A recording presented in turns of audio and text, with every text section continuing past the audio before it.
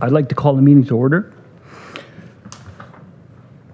As we gather here today, we acknowledge on behalf of the County of Renfrew and our community that we are meeting on the traditional and unceded territory of the Algonquin people. The County of Renfrew was established in 1861 on these lands which have been cared for by the Algonquin people for thousands of years. We express our gratitude to the Algonquin people for their stewardship of this land and honor their rich history and culture. We also thank all generations of Indigenous peoples who have maintained a deep connection to this territory, and we are committed to fostering respect, reconciliation, and understanding. Please stand for a moment of silent reflection.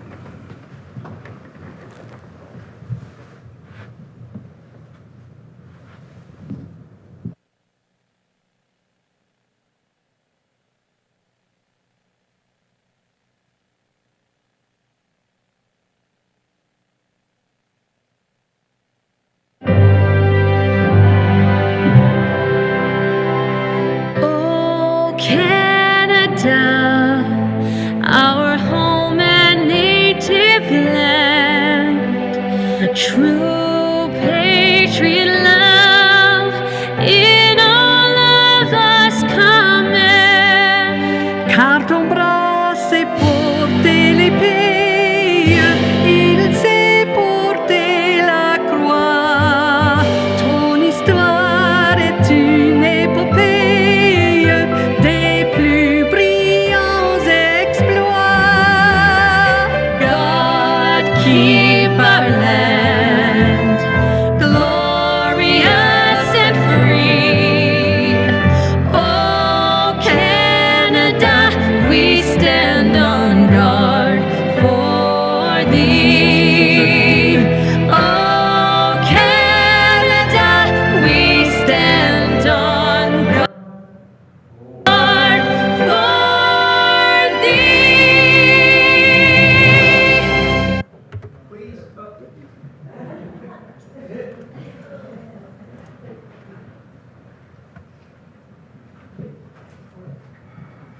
Good morning, Madam Clerk. Are you able to call roll, please? Good morning. Councillor Burrows. Councillor Doncaster. Here. Councillor Donahue. Here. Warden Nemo. Present. Councillor Giardini. Present. Councillor Grills. Present. Councillor Hoddenott. Present. Councillor Yon. Here. Councillor Lynch. Here. Councillor Mayville. Present. Councillor Murphy. Here. Councillor Nicholson. Here virtually. Councillor Proctor. Present. Councillor Service. Here. Councillor Schulist. Councillor Watt. Present. Councillor Weir. Here. Thank you, and we have quorum. Thank you. And welcome back to Councillor Weir. Good to see you. And are there any disclosures of pecuniary interest?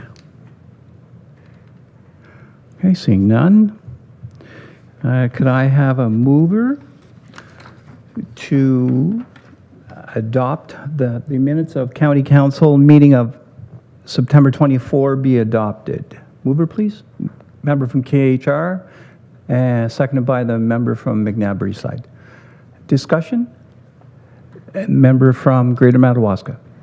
Thank you. Through you, Warden. Just note, just in the present for the last meetings, Councillor Rob Tripp was not present, and he was noted as being present. Thank you. Okay, we'll change that. So the minutes, so you've heard the discussion. All those in favor of the minutes as amended? Opposed? None? It's carried. Thank you, Council. Sorry, I had squinted the screen here. I got to remember to look through the right part of my glasses. Good morning. Since the last County Council meeting on September 24, I've attended 7 meetings on Council business. I want to take a moment to celebrate the success of our Renfrew County Municipal Day event on September 24th. It was wonderful to see so many residents, staff, and service partners come together. Thank you to everyone who attended and to our dedicated staff who organized a fun and educational experience for people and adults alike. Your efforts made the day both memorable and impactful. We always want to have signature events in our lives, and I think this will become one for the municipal sector and for this chambers. And so, again, thank you very much to our staff for their efforts and our partners. Additionally, I would like to extend congratulations to the recipients of the Upper Ottawa Valley Chamber of Commerce Business Excellence Awards. Your achievements reflect the strength and innovation of our local business community. And congratulations to our former member of Provincial Parliament, John Yakubuski. And John is in our chambers today. Welcome. It's good to see you again, sir. For receiving the Lifetime Achievement Award. And as we know, he's had quite an impactful life in our community, both as an MPP, prior to becoming an MPP, and post being an MPP. So, John, congratulations again. The organizers put together a well-run and inspiring gala. I would like to highlight a special visit we had recently from Klaus Mayer, a paramedic from Germany who spent several days with our Renfrew County Paramedic Service. Klaus joined our team for ride-alongs, toured our paramedic bases, and had the opportunity to witness the Sierra team in action. His visit was not only a chance to display the unique challenges and innovative approaches we employ in delivering paramedic care across our county, it was also a meaningful opportunity for research, collaboration, and partnership building. Sharing experiences and approaches across borders strengthens our collective ability to serve our communities with excellence. Finally, I am pleased to announce that the nominations are now open for the 2025 Wardens Community Service Awards. These awards recognize individuals, nonprofit organizations, and for-profit businesses that demonstrate exceptional dedication to our community through volunteerism, leadership, and support.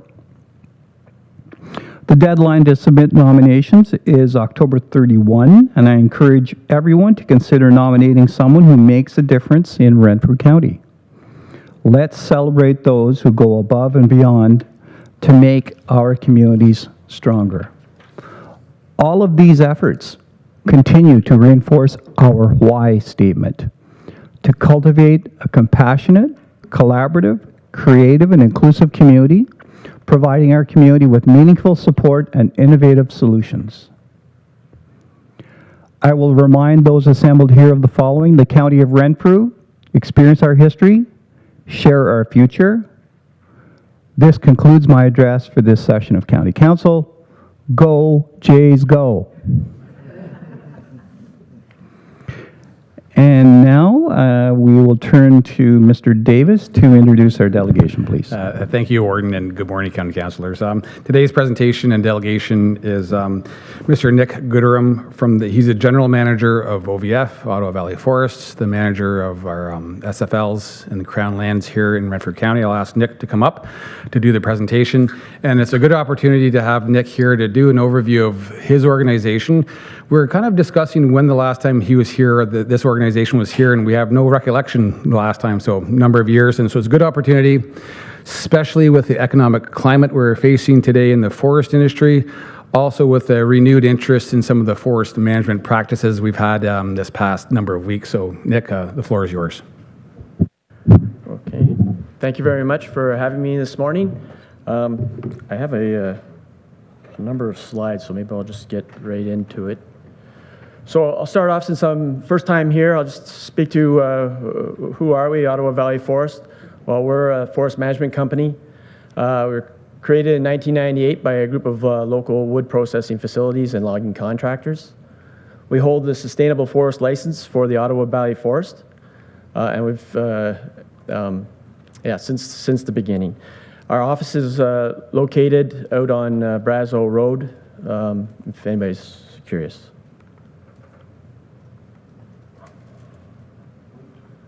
Oh, sorry, yes, I forgot. Okay, sorry. So our shareholders include a number of well-known names here in the county. Ben Holcomann's son, Hec Kluches, Herb Shaw, just to name a few. We do have a new shareholder, Halliburton Forest and Wildlife Reserve, have joined the company fairly recently. They had acquired Murray Brothers Logging and Thomas J. Newman. So new for us. So what do we do? Well, we manage the forest. M&R still does the review and approval of our operations, but we do all the day-to-day management. That includes preparing the forest management plan, annual scheduling of forestry operations, annual reporting to the public, forest renewal, gathering, recording, and assessing information about the forest, and inspecting all forest operations to ensure they comply with the company standards, laws, and regulatory requirements. And one thing I'll mention is that we're also FSC certified, and we've been FSC certified since 2010. So this is just a map of the Ottawa Valley Forest, which actually is the same as the Renfrew County. So our forest is entirely located in Renfrew County. The areas in green are the areas that we manage, which is about 234,000 hectares of forest land, which is about 40% of Renfrew County. So in terms of harvest, we harvest about 1,600 hectares per year, which is half the allowable harvest area. In terms of volume, we're cutting about 175,000 cubic meters a year, which again is a lot less than what is available. The main products that we produce is lumber. Sorry, it's lumber and pulp. There's also fuel wood, veneer, poles, and bioproducts also produced, but lumber and pulp are the main products. So where does this wood go? It goes all over the place. Most of it stays in the county, but this is a list of the destinations from our most recent annual report. You can see there's a lot of mills where the wood goes. The wood goes as far away as Hearst and Windsor, Quebec. In terms of forest renewal, we plant about 450,000 trees per year. That's about a little over 7 million over the last 15 years. Tending, we do 350 hectares a year of brush saw, 450 hectares a year of aerial herbicide, and 200 hectares a year of ground herbicide. We invest about $1 million a year in our renewal program. There's also additional money that comes from forestry futures. So just through our investments alone, it's been $23 million since the inception of the company. And this is paid through stumpage fees charged to the loggers and held in a trust fund. There's no taxpayer dollars involved in the renewal at all. In terms of employment, OVFI and the shareholders employ about a little over 500 people. We employ renewal contractors. This is seasonal work. It fluctuates depending on how much work we have, but the numbers you see there are typical of what we have. Deloitte did a survey in 2025, and it shows that there's approximately 800 forest sector jobs in Renfrew County. I think that's on the low side. I imagine there's a lot of small companies that didn't participate in the survey, so there's likely more than that. And also, it doesn't include government employment. Current state of the markets. Markets are not good currently. There's been a loss of several pulp mills over the years. Most recently, Cascades in Trenton, but also Domtar in Espanola and Fortress Specialty Paper back in 2019. There's actually only one pulp mill left in the region that will take pulp from our forest. We cut about 30,000 cubic meters a year. There's about 100,000 available. And currently with one mill, there's not a lot of pulp being utilized at present. Markets are very poor for poplar as well. Gulick's Forest Products has been shut down since 2022. It's a poplar sawmill. There's only the one facility taking the poplar pulp. Poplar is also used for oriented strand board, but the mills are in Maniwaki and Englehart. It's quite a long distance. Shipping there is sometimes at a loss. The other issue we have is currently, which is rare, I suppose, is that there's poor markets for white and red pine lumber. Local sawmills report large inventories of logs and lumber.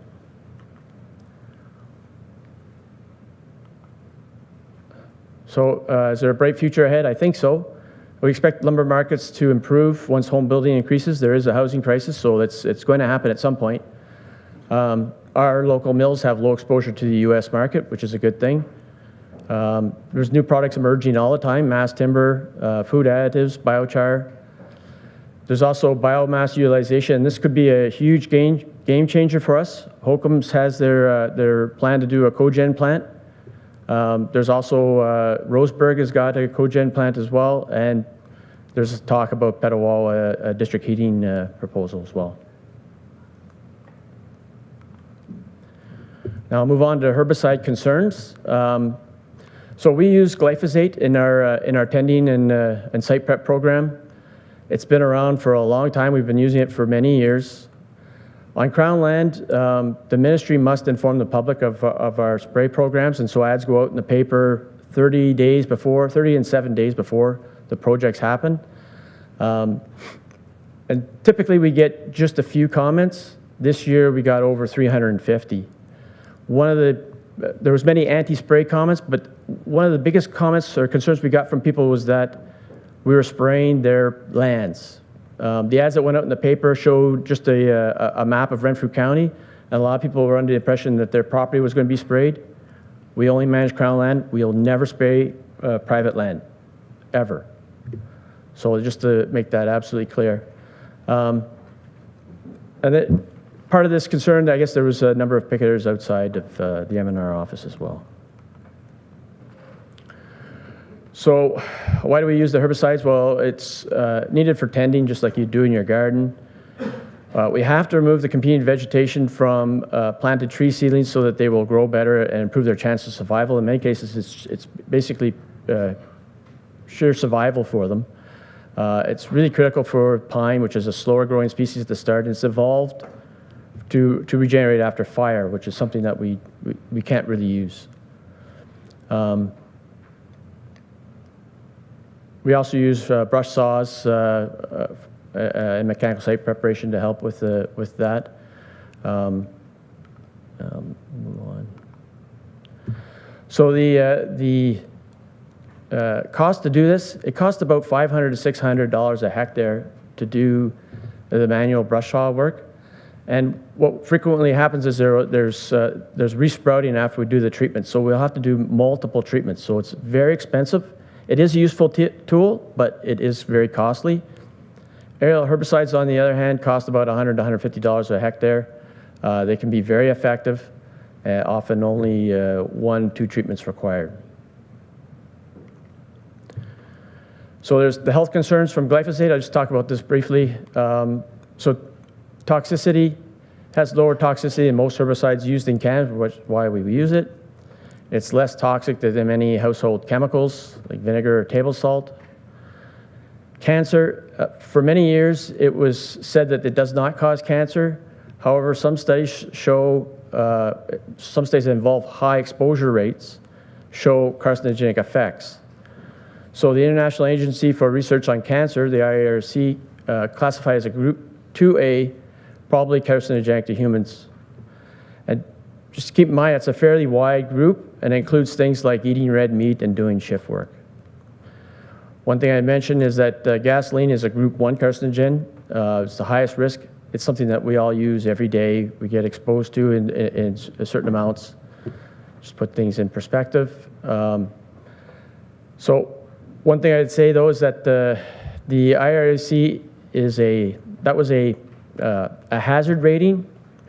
So can this chemical cause cancer? That's what they're looking at. Well, Health Canada did a review, and Health Canada does a risk assessment, which is different. So they looked at all the research, and after looking at it all, they realized that, or they came to the conclusion that if it's used according to the directions, glyphosate products are not expected to pose any risk of concern to the environment or to human health. So there's hazards with it, but if it's used properly, there's should be no risk. So in terms of the environment, in the soil, it binds strongly soil particles, so virtually no leaching from the application site. It's degraded rapidly by soil microbes. It has a half-life of about 32 days on average. In water, it's the same as soil, but we never spray in water. In terms of forest plants, it can persist in the roots into the next growing season, but concentrations are very low. Looking at our aerial spray operations, there's a lot of planning that goes into those operations, and they're reviewed and approved by the Ministry of Environment as well as M&R. So we tend to spray in very remote areas, far away from the public. There's buffers on all water bodies. 60 meters is the minimum for water, 120 meters minimum for species at risk or any significant value, like a trap cabin. We spray 3 to 5 liters per hectare, so not that much. We're required to follow the label requirements, so we spray only when the wind is less than 10 kilometers an hour, temperature is less than 24 degrees, and humidity is greater than 50%. All that to avoid any kind of movement of it from the application site. We also block roads to ensure that while we're doing the operation, we'll ensure that there's no public in the area when it's being sprayed, and the area is signed afterwards saying when it was sprayed and the chemical that was used. So there's really very low risk of anybody being exposed. Just my last slide here, just how the county can help, putting forward policy that will help or at least not hinder our operations. Advocacy, speaking out in support of the forestry projects as much as possible. And the public outreach part, the county has staff that do that. Your county forester does an excellent job. It's very much appreciated. We're very busy. It's a huge job to do. And we're not always the best at it ourselves. So anyway, that's all I had. Thank you very much. Thank you. Members of council, questions, comments? Member from Amherst Bromley, please. Thank you very much, Mr. Warden, and thank you through you to Mr. Gooderham for the presentation. Certainly as a farmer in Renfrew County, very similar programs are in effect on a routine basis. In fact, even now as the spring wheat, the fall wheat may be being planted, fungal applications of pesticides, there's a long history of this. I recognize that in the perfect world, there would be natural components, natural practices that we might employ. They do not exist. The very food that everyone partakes of, I will guarantee you that the loaf of bread, the slice of bread that you put into the toaster in the morning, very likely had glyphosate applied to it in its growing phases. There is within Canada the Pest Management Regulatory Agency that is the agency tasked precisely with establishing the safety, both in application and of the ingredients within any pesticide product. It is unfortunate we seem to be in an environment now, or a milieu, perhaps is a better word, of a rejection of these agencies, so that we're returning to a piecemeal, perhaps on a yearly basis. We can have a debate whether this year we would apply glyphosate. Typically what council may be more familiar with, Roundup, is typically a brand name of glyphosate. It is in no one's interest to engage in that. We have an agency, a federal agency, that is tasked with establishing what the safety applications are, the amounts, the concentrations, all of these things. That is what they are tasked with. I do not wish to second guess what they are doing. It is incumbent upon us to recognize that in the aerial application, as was indicated in the presentation, this is being done with lots of notice beforehand. It is being done in areas without habitation. There is the potential, I suppose, for people. This is not within the boundaries of the park, as I understand. So if there are people camping in that area, then they are doing so at their own risk on Crown lands. So in this instance, all of the reasonable measures are being taken to ensure safety. While it is not a common practice any longer in the Ottawa Valley for aerial application of herbicides, at one time it was pretty significant. This has existed for a long time. So ultimately, I am certainly sensitive to those who would prefer that this was not being done. But I am quite satisfied that the regimes that are in place, both to guarantee the safety of the materials and of the processes for the application of said materials, are satisfactory, and I would certainly endorse the county having a policy to that effect as well. So once again, thank you very much for the presentation. Thank you. Member from Boncher Valley, please. Thank you, Warden. Thank you for the presentation and the slide deck being given to us in advance. It was very helpful, and I think allows us to be able to speak a little more informed to our public about this Roundup issue. So a couple of things. I think, number one, Nick, you nailed the issue of why we're hearing such outcry right now. I think it went in the paper, and what it looked like was that the entire county of Renfrew was being aerial sprayed. And I think that that took a little bit of education to say, no, no, no, that's not what's going on. But I also, when I got to your ask page, I think your advocacy line, we do that very well here in the county of Renfrew. We are excellent advocates, and one of the things that we take great pride in is our forestry industry. We just did a forestry tour a month ago, or a month and a half ago, and I think that we learned a lot, but we also, especially through our forester Lacey, I think that we take great pride in our forest industry here, and that's an easy ask. Thank you. Thank you. Member from Whitewater and then from Renfrew.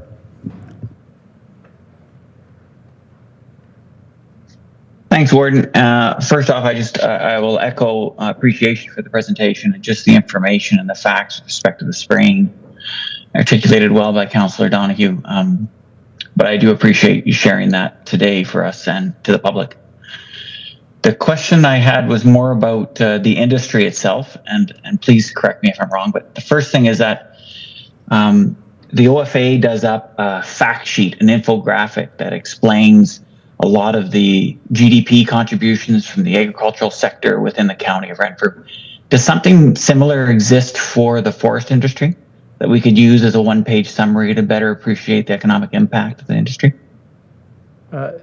So there is a report being prepared. There was one done many years ago.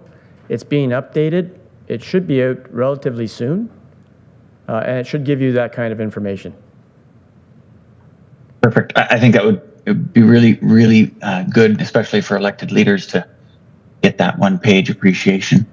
Second question, if I could, Warden, has to do with your last slide that spoke to how we could help from a county perspective, from a government perspective, about policies that don't hinder, but that help the forestry sector. During our tour that was mentioned earlier, one of the operators that we did tour, we asked him what was one thing that the county could do, and there was a lot of speak about road infrastructure and ensuring that the roads used to access the forestry locations, at least the network, were upgraded sufficiently to allow these trucks and the equipment to gain access as much as possible throughout the year.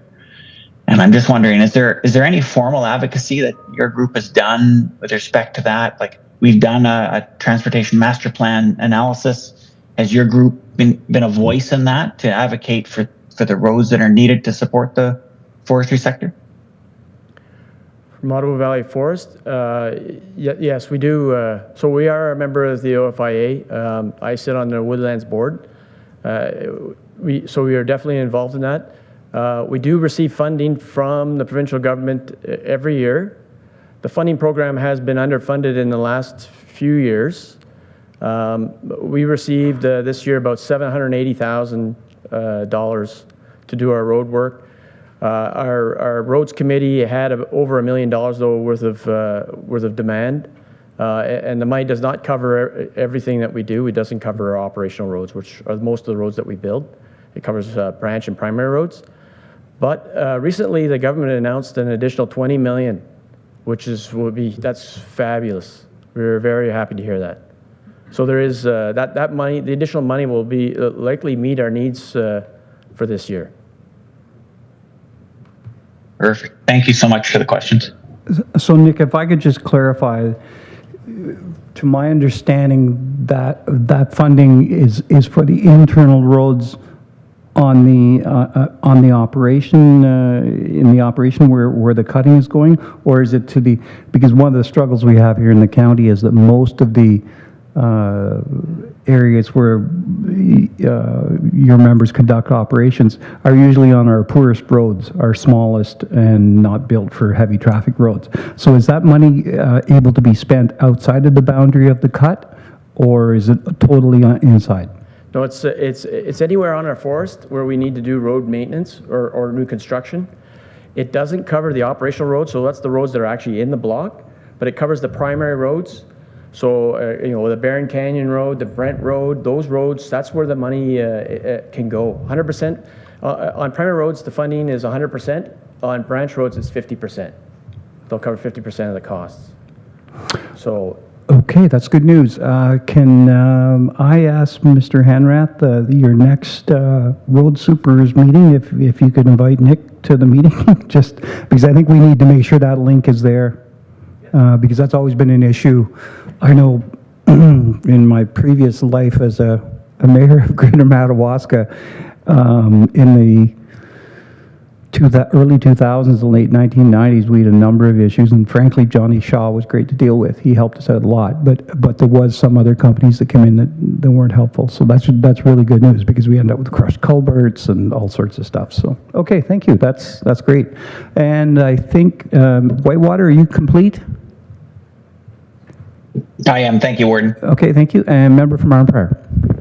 Thank you, Warden. Thank you, Nick, for the presentation. To appease the residents of the county of Renfrew, are you aware of anybody that's been infected with this pesticide that's... No. No. I would say you in order to get to have any of those health issues, you have to get a dose of it. And the way we operate, the public is not likely to get a dose, right? Because we keep people out of the aerial spray blocks. It's posted. It's possible somebody could come in after the fact, but by then it is on the plants, and it doesn't really. It's designed to stick to the plant, so it's not easy to get it on you even afterwards. So I think the risk is very low to even getting a dose. Thank you. Member from Greater Madawaska. Thank you, and through you, Warden, thank you for the presentation, Nick. Just a quick question. I'm seeing the costing for the aerial sprays, 100 to 150. Do you currently use drones for spraying, or is it airplanes for spraying? And if it would switch to drones, it would be, I'm assuming, it'd be a lesser cost per hectare. But I'm just wondering what you use now. So currently, we're using helicopters. Drones would be great, and we have been following that technology. It's under review right now, I think, by Health Canada. But if it ever does become approved for use, I think it would be an excellent tool for us. Thank you. Are there any further Laurentian Valley and then Petawawa? Just a very quick question. Wildlife. Is there any concern with wildlife when you're spraying? It's more for the public than... It's been studied a fair bit, and no, there's been no studies to show that there's been any negative effects on wildlife. Like it's a very small amount that gets sprayed, 3 to 5 liters per hectare. And so what happens is the plants will die back. So for browsing moose, I mean, they're not going to, they might eat it immediately after, but they're showing that there's no health effects. It's got a very low toxicity. One thing that they've looked at, it in some cases it helps for moose in particular, because what happens is it never eliminates everything. It just knocks back the brush, really. Brush resprouts. And what they found is that it actually maintains browse for moose longer on a site, because eventually what happens on a site is it'll continue to grow and get too tall for the moose to eat. But the spray actually maintains it on site at the right height for longer than if it wasn't treated. Thank you. Member from Petawawa. Thank you, Warden, and through you. Thanks, Nick, for coming and sharing this presentation with us and for giving us a summary of the OVFIA and your perspective as well on the spraying of herbicides. And thank you, Councillor Donahue, as well, for your perspective on the agricultural side of things in terms of spraying of herbicides as well. Information is key, knowledge is power, and I think it's important that you've shared this information. It helps maybe dispel some of the myths that are out there and some of the misconceptions that are out there in the public, and it'll help citizens make better and more informed decisions. So thanks for sharing that information with us today. Okay, thank you very much. And seeing no further questions, I just have a couple and some information. So we have been active the last year and a bit, well, more for some time, but more focused on speaking to provincial officials and IESO and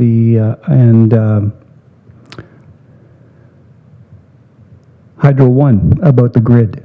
We recognize the limitations of the grid, and we have some information, I believe, on some possible upgrades they're considering. And we have mentioned the 2 or 3 biomass projects that we think are coming online.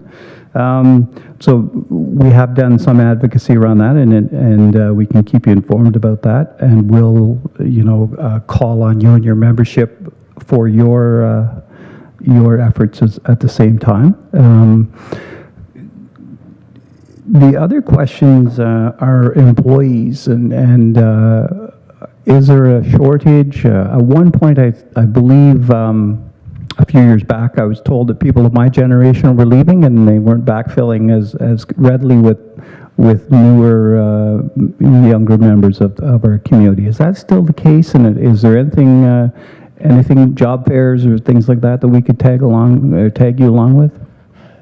That's so my understanding. It's hard to get trained employees, people with certifications to do forestry work. That's a question that's probably better answered by some of our shareholders.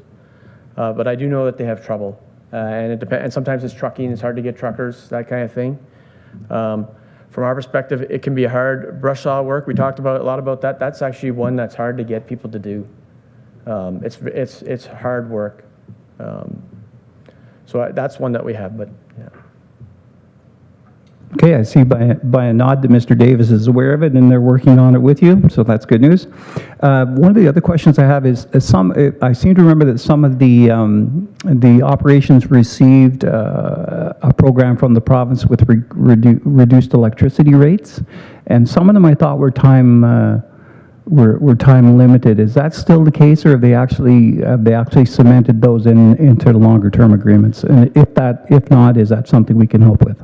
That's something I'm not as familiar with. It was my understanding that those programs are expired, and that the mills here in Renfrew County are no longer participants, so they're not getting that benefit. Okay, thank you. Okay, great. Thank you very much. Very informative as always. And I think, as our members have mentioned, we're very connected to and quite proud actually of the sustainable practices of the forest industry. All of your shareholders are very well known to each of us individually, and we're very confident in their abilities to manage our forests, or the forests on our behalf, and we wish them well, but we do still want to be a partner. Call myself, or Craig, or Jason, or Lacey, who I'm sure you folks know very, very well, and I know they've called on her expertise from time to time as well. So we want to help and make sure that the forest industry remains sustainable, profitable, and here for a long time. So thank you. Great, thank you, appreciate it.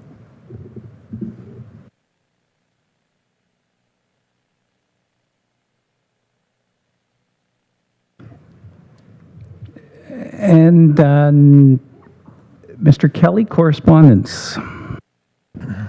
Thank you, Warden, and good morning. I'll just note that all the correspondence received over the last few weeks has been forwarded to the appropriate committees. Thank you. Thank you. And we'll move to development of property. And just as a bit of an education, Chair Bros isn't here with us today. We wish him well. He's had some health issues crop up, so we wish him and Kim well in his health journey. So we're going to ask the Vice Chair to make the report. So, Vice Chair. Thank you, and through you, Warden. We, your Committee of the Whole, the Development and Property, wish to report and recommend as follows. Information Item 1, intention of request for proposal to design building services, paramedic base, Pembroke area. Resolution number DPC 250995, that the Development and Property Committee directs staff to initiate a request for proposal for the professional services to design and build a new paramedic base, and that staff be directed to explore and assess an alternative suitable location within the general vicinity of the County Administration Building in Pembroke for the development of a new base. And the background is included. Information Item number 2, Federation of Canadian Municipalities Growing Canada's Community Cantaloupes. Did I read that right? Yeah. I'm not saying this right. Canopies? Canopies. Okay, thank you. Brain's not working. Wheelchair is, but it isn't. The resolution number DPCC 250996, the Development Property Committee directs staff to research the Federation of Canadian Municipalities Growing Communities Canopies GCCC program to provide recommendation on how the fund might be more fully accessed within the County of Renfrew, either by individual municipalities or through the collaborated regional efforts, and the background is included. We now move on to number 3, resolutions. Helping Your Place Excel HYPE Reserve Account, resolution number DPCC 2509-91.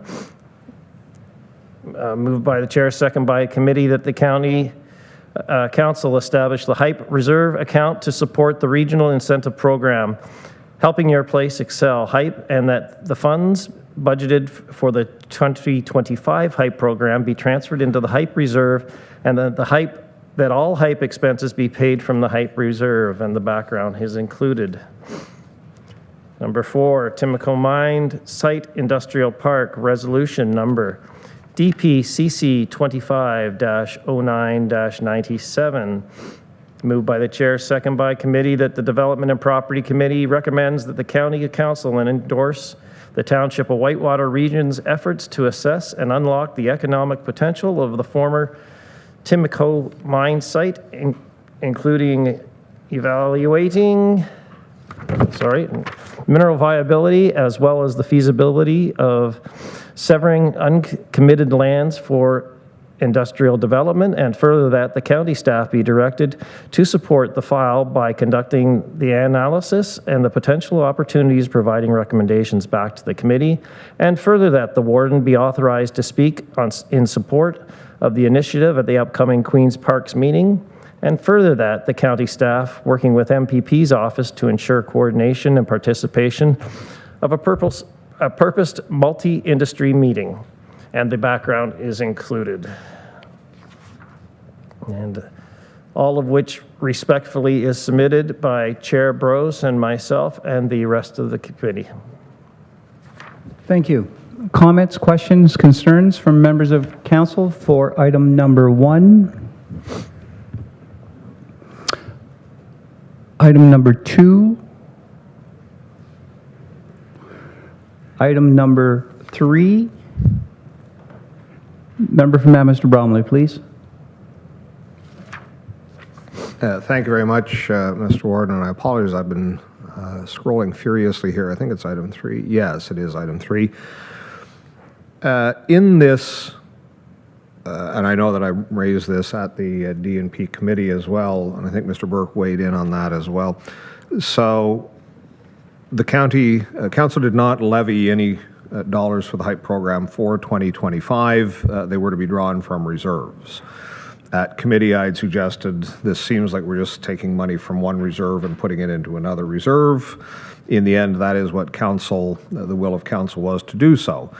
But just in reviewing some of that after the committee meeting, I think, and that's what I was trying to determine here this morning, I think when we approved the budget for 2025, that the modernization reserve account was going to be the source account for any funds that were going to be expended. From Mr. Burke's confused look, I may be incorrect on that. But where I'm going with this is in the unaudited financial statements, i.e. the Q4 Treasurer's report that we receive every April, the modernization reserve account was completely depleted at the end of 2024. So if in fact that was the reserve account that was going to be the source of the funds, the cupboard is bare. So where in fact would we be transferring them from into a HYPE reserve? That is, of course, the first question is, am I correct that the modernization reserve was the source of those funds? Mr. Burke, please. Thank you, Warden, and good morning, County Council. I believe you're referring to the Safe Restart Reserve. But the HYPE program was one of our collection of items which we're planning to use our a couple of reserve funds. Again, this comes back to the original premise of, I guess, the MESA idea and a few others. What can we do to encourage growth and housing in the community? And there were a few reserves we thought were possibilities. So there was the Safe Restart Reserve, the Cannabis Funding Reserve, the Community Paramedic Reserve, and possibly one other. So it was a bit of a pool. We were using the Safe Restart Reserve as sort of the first one, and then we would move down the list into the other ones. You are correct, though. The Safe Restart Reserve was largely drained over the course of the 2024 year. I think the CAO and I and others are working that some of that may come back to the county, depending on where we land with our Heart Hub funding and our ability to claim startup costs we incurred for those projects. So we may, in fact, see that reserve get replenished, I suppose would be the word. We're still coming to ground on how much of that Heart Hub funding will be able to go backwards and claim for the startup costs of those projects. Supplementary. Thank you very much, Mr. Warden, and thank you through you to Mr. Burke as well. That does clarify, and while he was speaking, I have in front of me now the reserve page from the 2025 budget. So in fact, out of Safe Restart, there was going to be 140 for RCHC, 151 for the paramedic service, 100 for planning, and 100 for ECDEV, and I believe the 100 for ECDEV was in fact the HYPE program. So certainly, fingers crossed, I know that we have seen that perhaps in corporate services, or perhaps it was health. Routinely, we have been made aware that some of the initial funds that were applied to the Heart Hub were, I guess, before we were, the announcement, the TPA, et cetera, was done, and it has been somewhat of a rearguard action now to recover some of those expenditures. So hopefully that is so. In the event that it is not, then I'm presuming would the kind of working capital then be the source in lieu of funds being available in the Safe Restart. Mr. Burke. So through you, Warden, I believe the next one on the hit list would be the Cannabis Reserve. And if I can just remember how much that has left in it, it might also be fully depleted.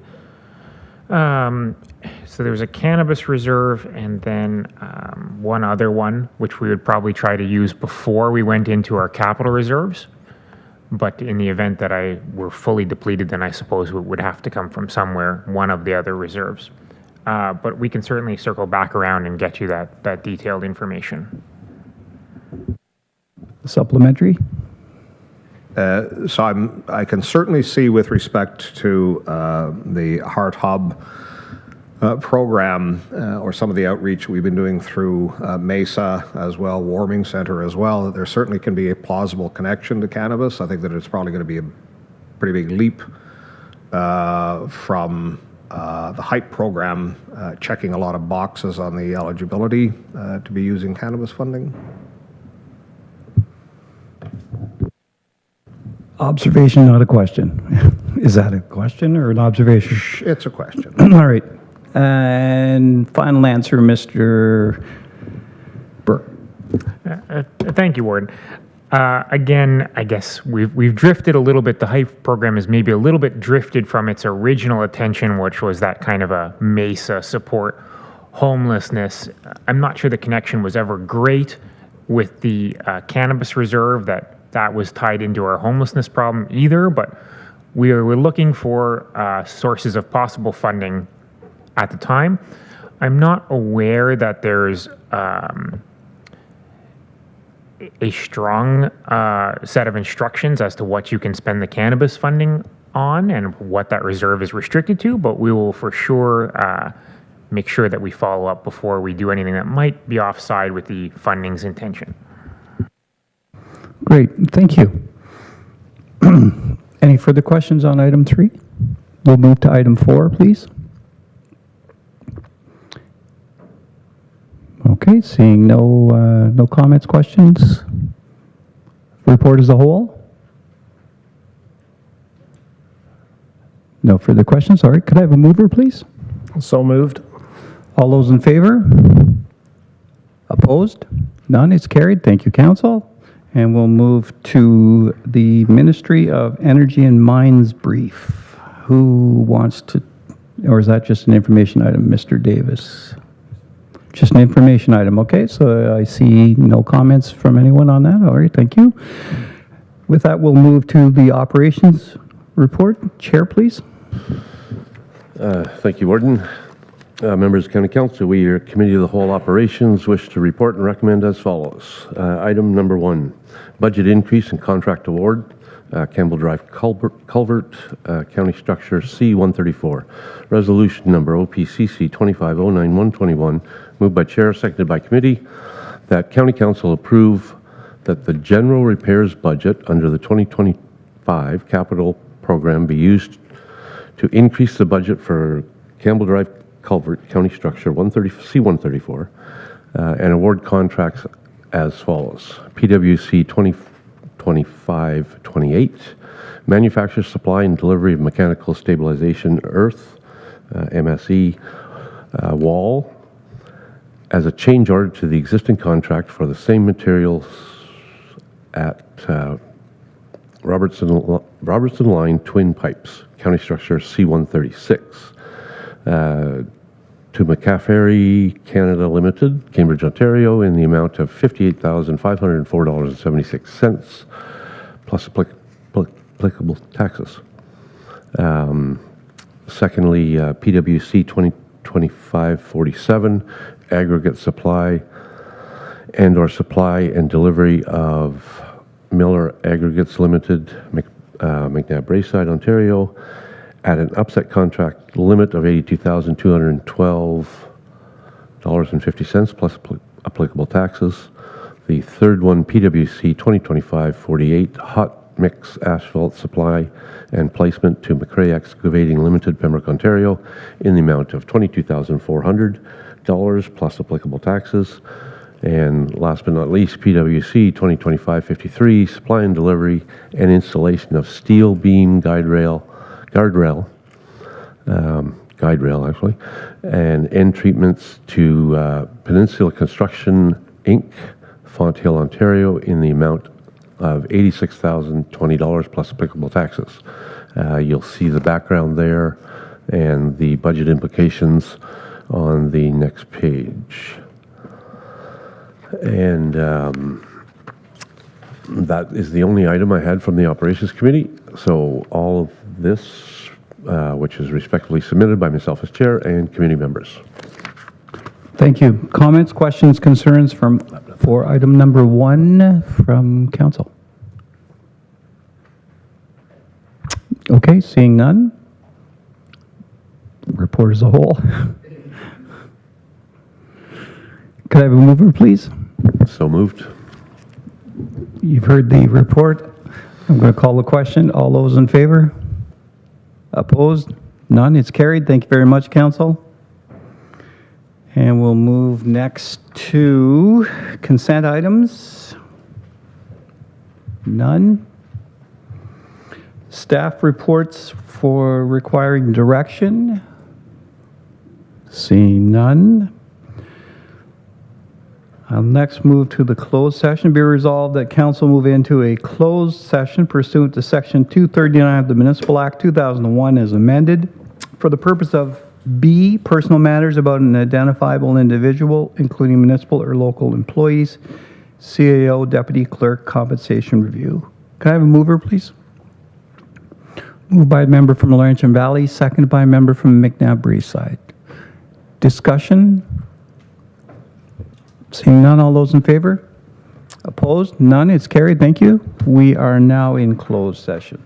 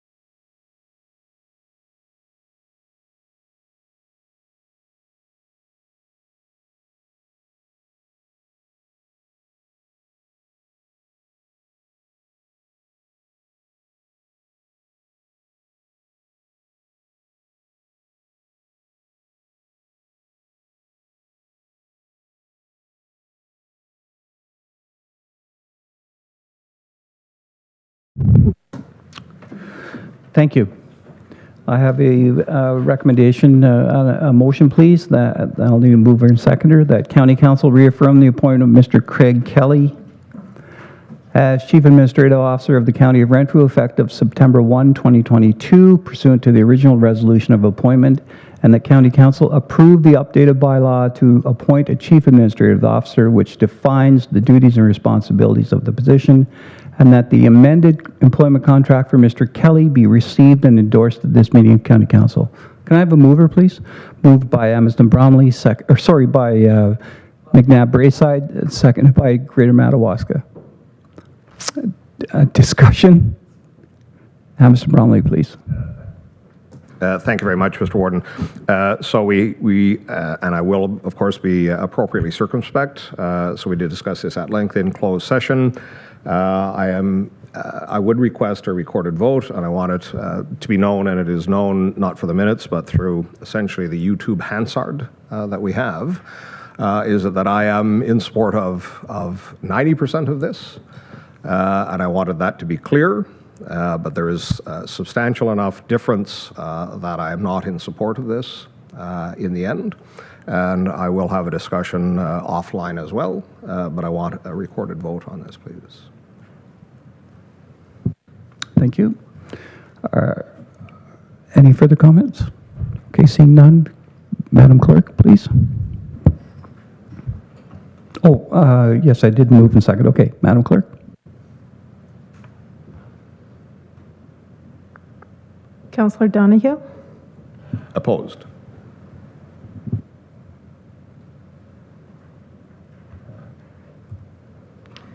Warden Emo?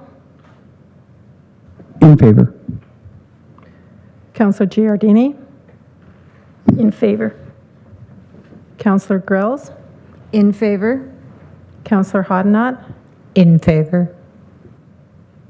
Councillor Yon? In favor.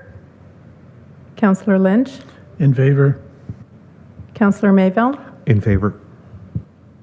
Councillor Murphy? In favor. Councillor Nicholson? In favor. Councillor Proctor? In favor. Councillor Service? In favor.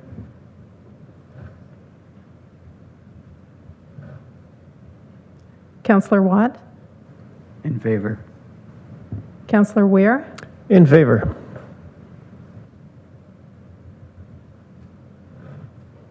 And Councillor Doncaster? In favor.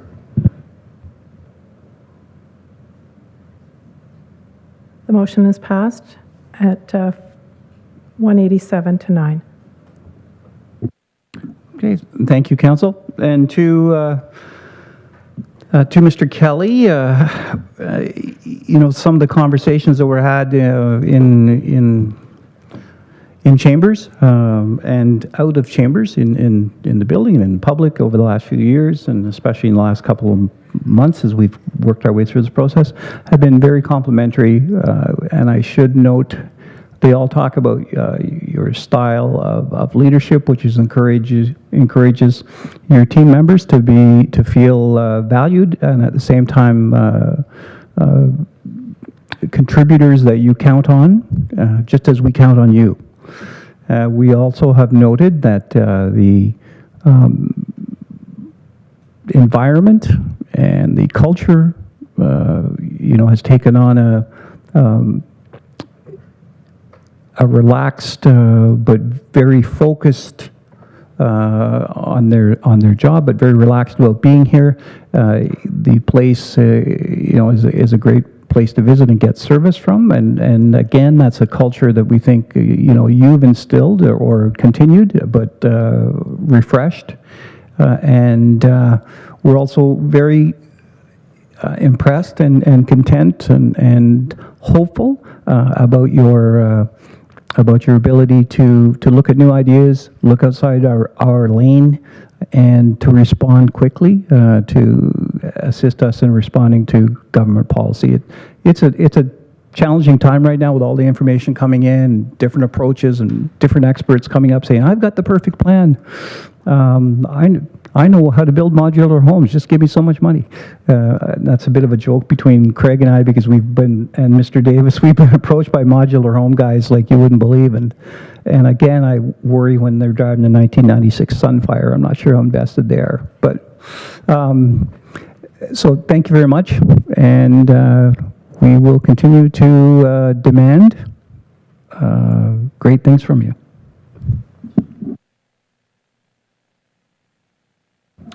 We'll move to reports from representatives appointed to external boards. Seeing none, notice of motions. Seeing none, members' written motions. Seeing none, announcements. We are recruiting community members for our 3 advisory committees, I'm sorry. Transportation, climate change, accessibility. Additional information can be found on the county website and social media sites. Applications can be sent to our clerk. So apply soon. You have the opportunity to shape our future. Is there any new business? Member from Arnprior. Warden, I'm not moving to McNabb Braeside. I was under the announcements, Warden. Christmas is coming. The Arnprior McNabb Braeside Men's Shed is holding a Christmas craft show Sunday, 16 November at the Nick Smith Center from 10 till 2. Thank you. Thank you. Bylaws? Okay, thank you. I apologize. And Mr. Bromley, please. I'm actually going to defer to Councillor Nicholson. I think he's got a significant event coming up in Cobden shortly.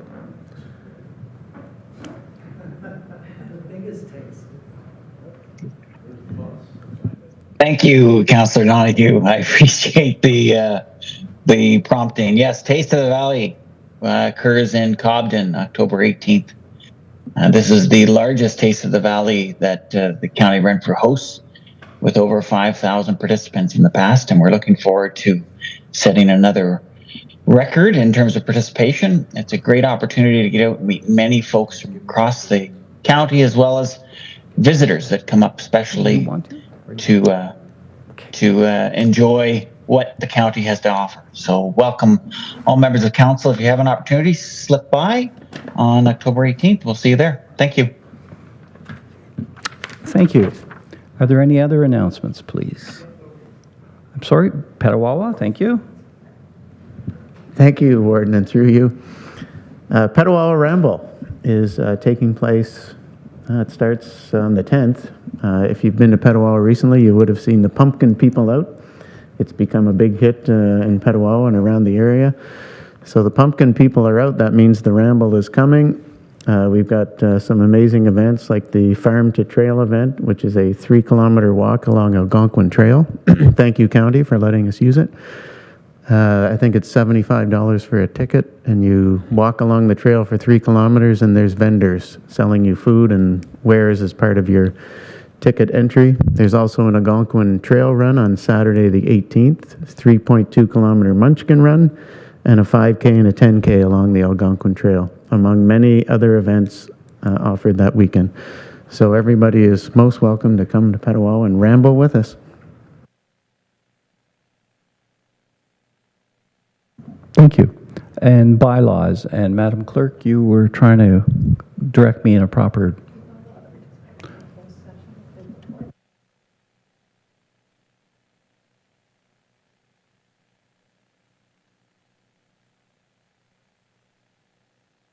Okay, thank you.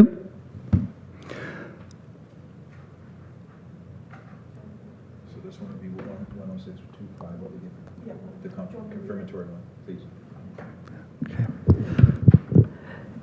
So it'll be bylaw 105-25, a bylaw to appoint a chief administrative officer and to define the duties thereof.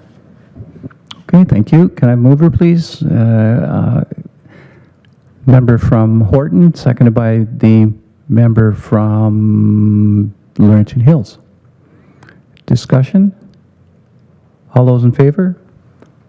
Opposed? None is carried. Thank you very much.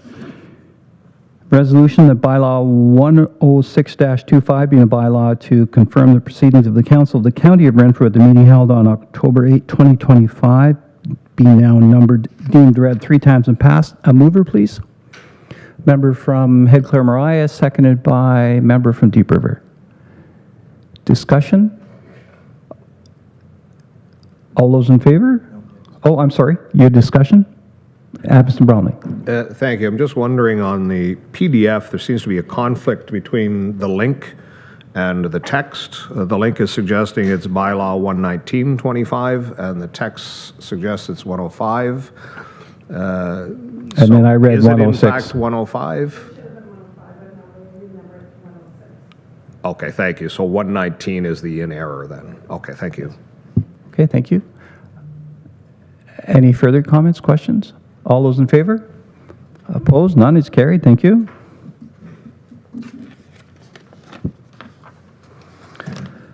And just prior to asking for adjournment, I'd like to wish everybody a happy Thanksgiving.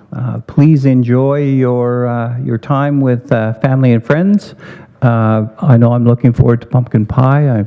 There's nothing like pumpkin pie you can have all year long, but it seems really good in October on Thanksgiving Day. And so with that, the resolution that County Council adjourn, can I have a mover, please? McNabb Braeside, seconded by Boncher Valley. Discussion? All those in favor? Opposed? None. It's carried. Thank you very much. So we'll come back for health at 11:30. Mr. Chair, thank you.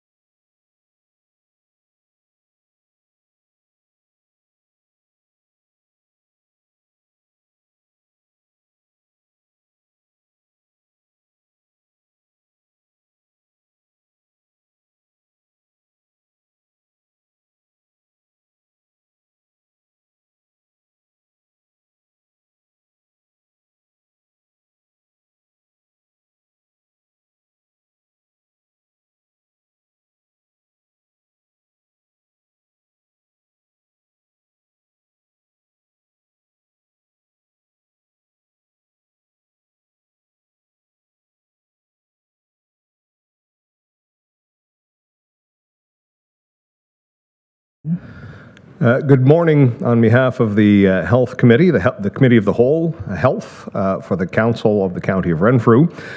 It is, in fact, Wednesday, October 8th. We are slightly delayed from our 11:30 target. It is 11:32. I am calling the meeting to order. I would first invite, I'm terribly sorry. So in this instance, Ms. Wilson, has the roll been called? Through you, Chair, yes, roll call has been taken. I had the memorized, so I'm thrown already. I would invite at this point disclosure of pecuniary interest, and if any, the general nature thereof, please. I see none. With that, I would seek, and I'm going to ask the same question that I ask of Ms. Van Starkenburg. Do we approve all of these in one, or each one have a separate resolution? Looks like they have each a separate resolution. If I just Yes, read the agenda, I can probably tell that. Yeah. Each has a separate thing. With that, then I would seek a motion to approve the minutes of the meeting held September 10th, 2025, please. Councillor Grill, seconded by Councillor Service. Any errors or omissions? I see none. All in favor? They are carried. I would now seek same for the closed minutes of our session held September 10th, that the closed minutes of the September 10th, 2025 meeting be approved. Councillor Watt, Councillor Giardini. Once again, any errors or omissions, if any, we would have to devolve into closed session to review. I see none. All in favor? That is carried as well. Finally, that the Board of Health minutes of the June 24th, 2025 meeting be received, please. Councillor Mayville, seconded by Councillor Murphy. I note that all or three of the four delegated members of the County Council to the Board of Health are present. If there are any questions or comments, perhaps they can answer. I see none. All in favor? They are likewise carried. We do not have any delegations or presentations. There are two communication items. One is with respect to the Ministry of Health agreement with the County of Renfrew for the Land Ambulance Services Grant. The other is with respect to Ontario Health Correspondence virtual care programs and the VTAC agreement for the year-end settlement. I would seek that the communications be received as information. Councillor Weir, seconded by Councillor Giardini. Any questions, comments? Seeing none, all in favor? That is carried. We're cooking. Consent reports. We will begin with the emergency services consent report. And in place of Chief Nolan, who is on vacation, we're very pleased to have joining with us for his return engagement, Deputy Chief Matthew Grenier, to take us through the consent, please. Thank you, Chair. Through you to committee. The first item is the recognition of exemplary services. So we have our commander, Steve Espienko, that's well known to this chamber. He's been with us for over 22 years now, and he's been in our leadership team for over 16 years. He's been supporting our Chief Nolan for all the emergency preparedness throughout the county. This prestigious award is granted to only 180 paramedics across the province. And this year, Steve received one. This award is a recognition of Steve's long-standing dedication and professionalism, and his service testament of what our services stand for. So I just want to say a big thank you to Steve for all his service and everything he does for the community. Second is a research symposium. So the County of Renfrew hosted its 8th annual research symposium on September 9. It was our most successful day. We sold out all the space we had. We had over 120 people who showed up across the province. We have some keynote speaker who came from United Kingdom and from Prince Edward Island. We have also a delegation from Quebec who came to Ontario to learn what we do here in Renfrew. and they were pleased with everything they've seen throughout the day, and they spent an entire day with our team to just learn a little bit more about what we do here in Renfrew. This event is always really important for us because it's a good way to exchange with community across the province and also push our boundary and be able to innovate more with that knowledge we gather. And the third point is delegated authority. Following item was approved by bylaw at 98/24. The Ontario government issued a media release on September 12, 2025, announcing that investment of $910 million to community increase the availability of ambulance across the province. You'll see in this report an attached memorandum of agreement corresponding of a confirmation letter that the County of Renfrew will receive $163,800 on one-term funding for 25-26 funding year to support dedicated offload delaylers.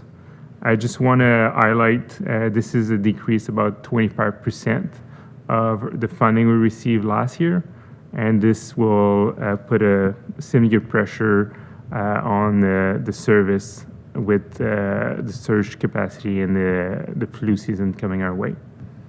Thank you, Chair. Thank you very much for that information, Deputy Chief.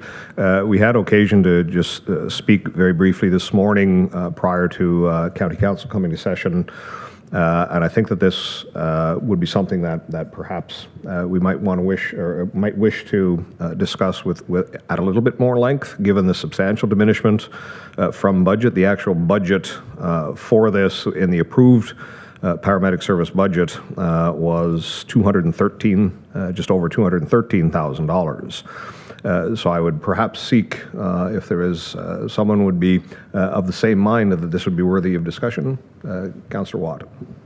I also agree to that and suggest that we sever this for separate discussion. Okay, thank you very much. With that, then, I would sever item number 3 from the consent report.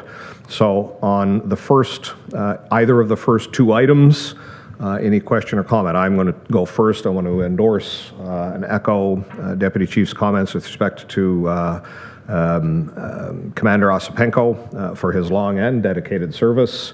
I think probably everyone in the room is quite familiar with Mr. Osipenko, and if for no other reason, I think that probably everyone's EOMC,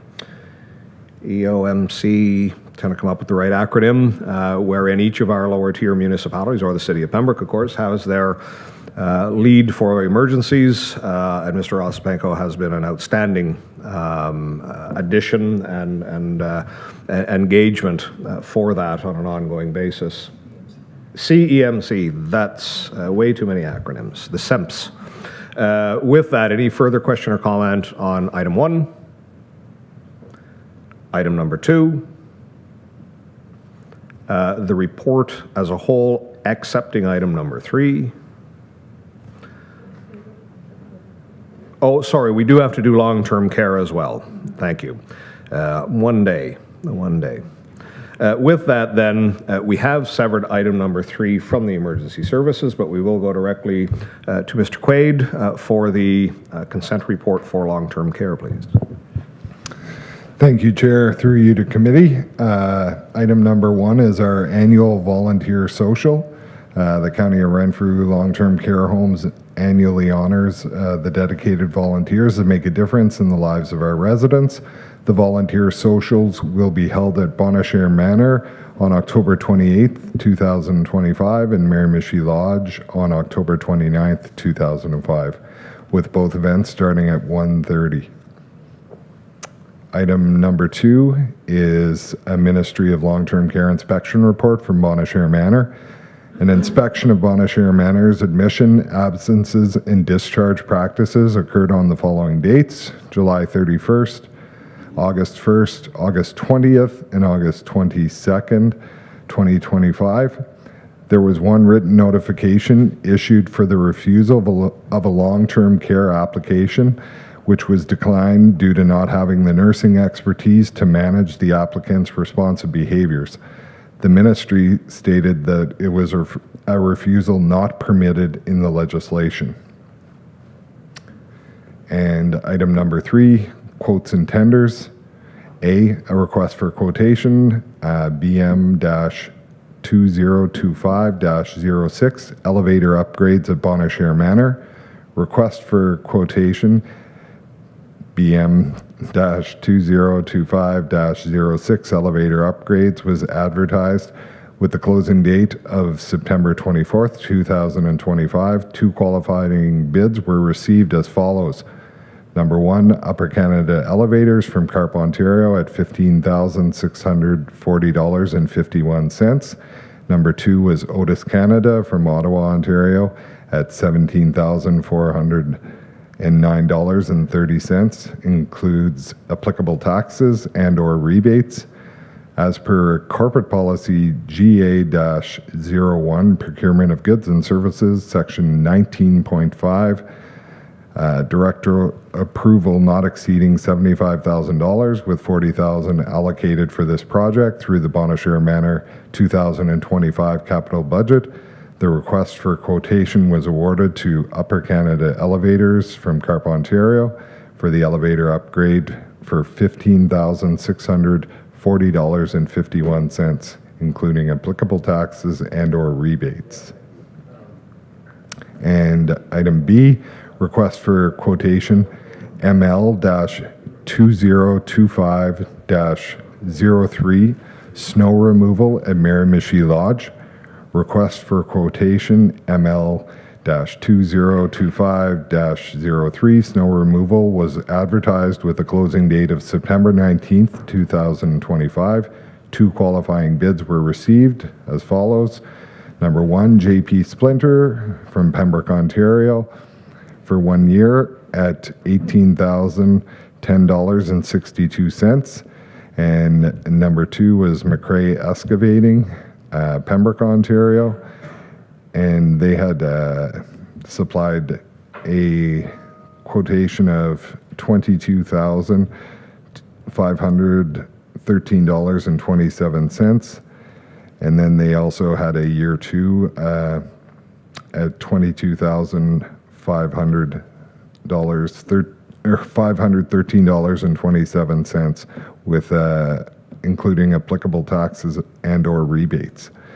As per corporate policy G8-01, procurement of goods and services, section 19.5, director approval not exceeding $75,000 and funds allocated for this agreement through the Miramichi Lodge operating budget.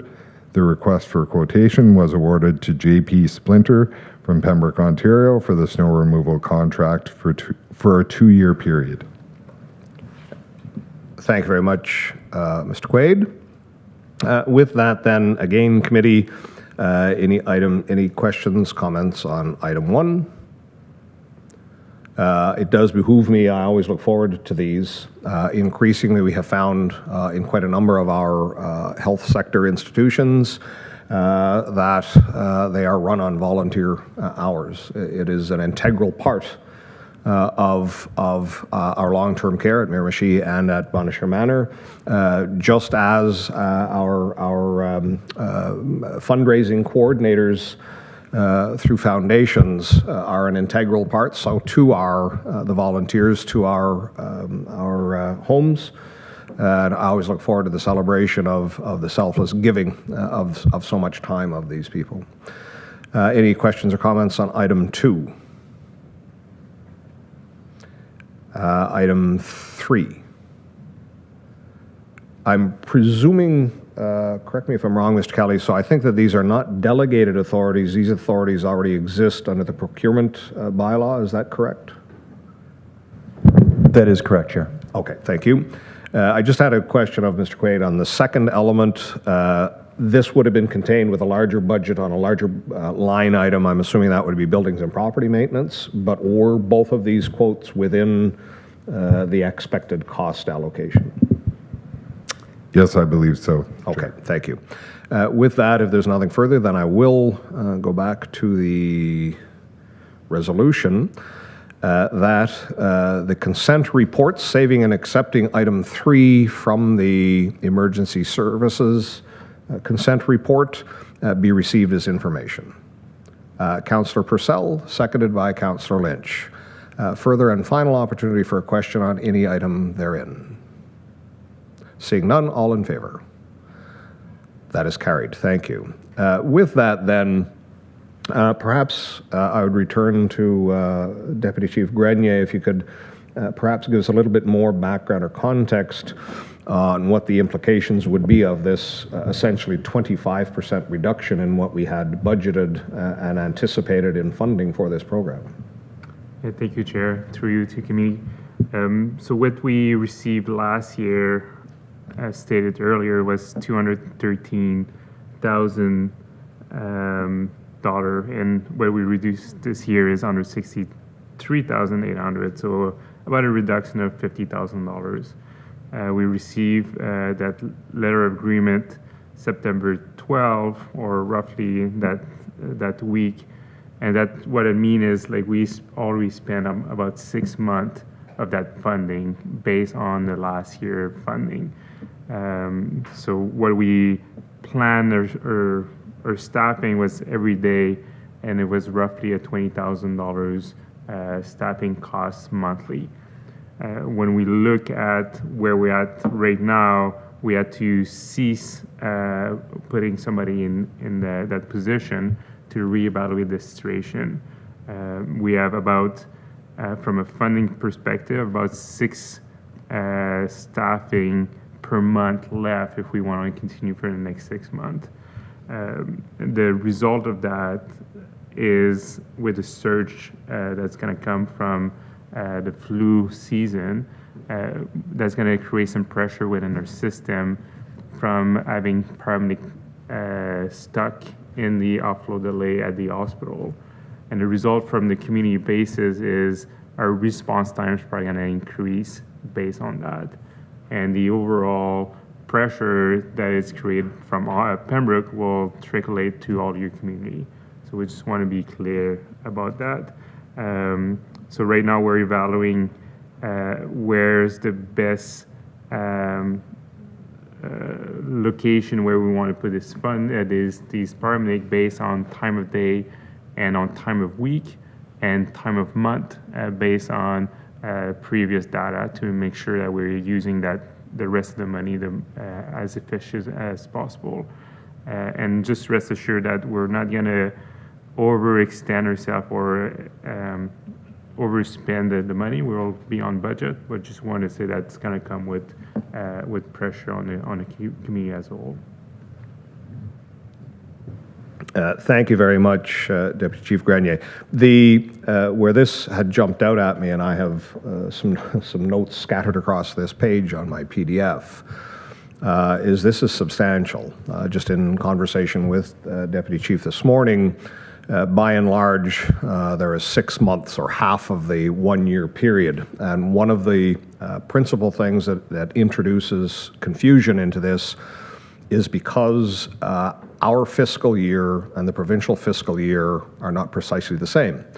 So in fact, in 2024, we had not fully allocated the $213,000, but 25% of it essentially carried over into 2025 as still the current provincial fiscal year.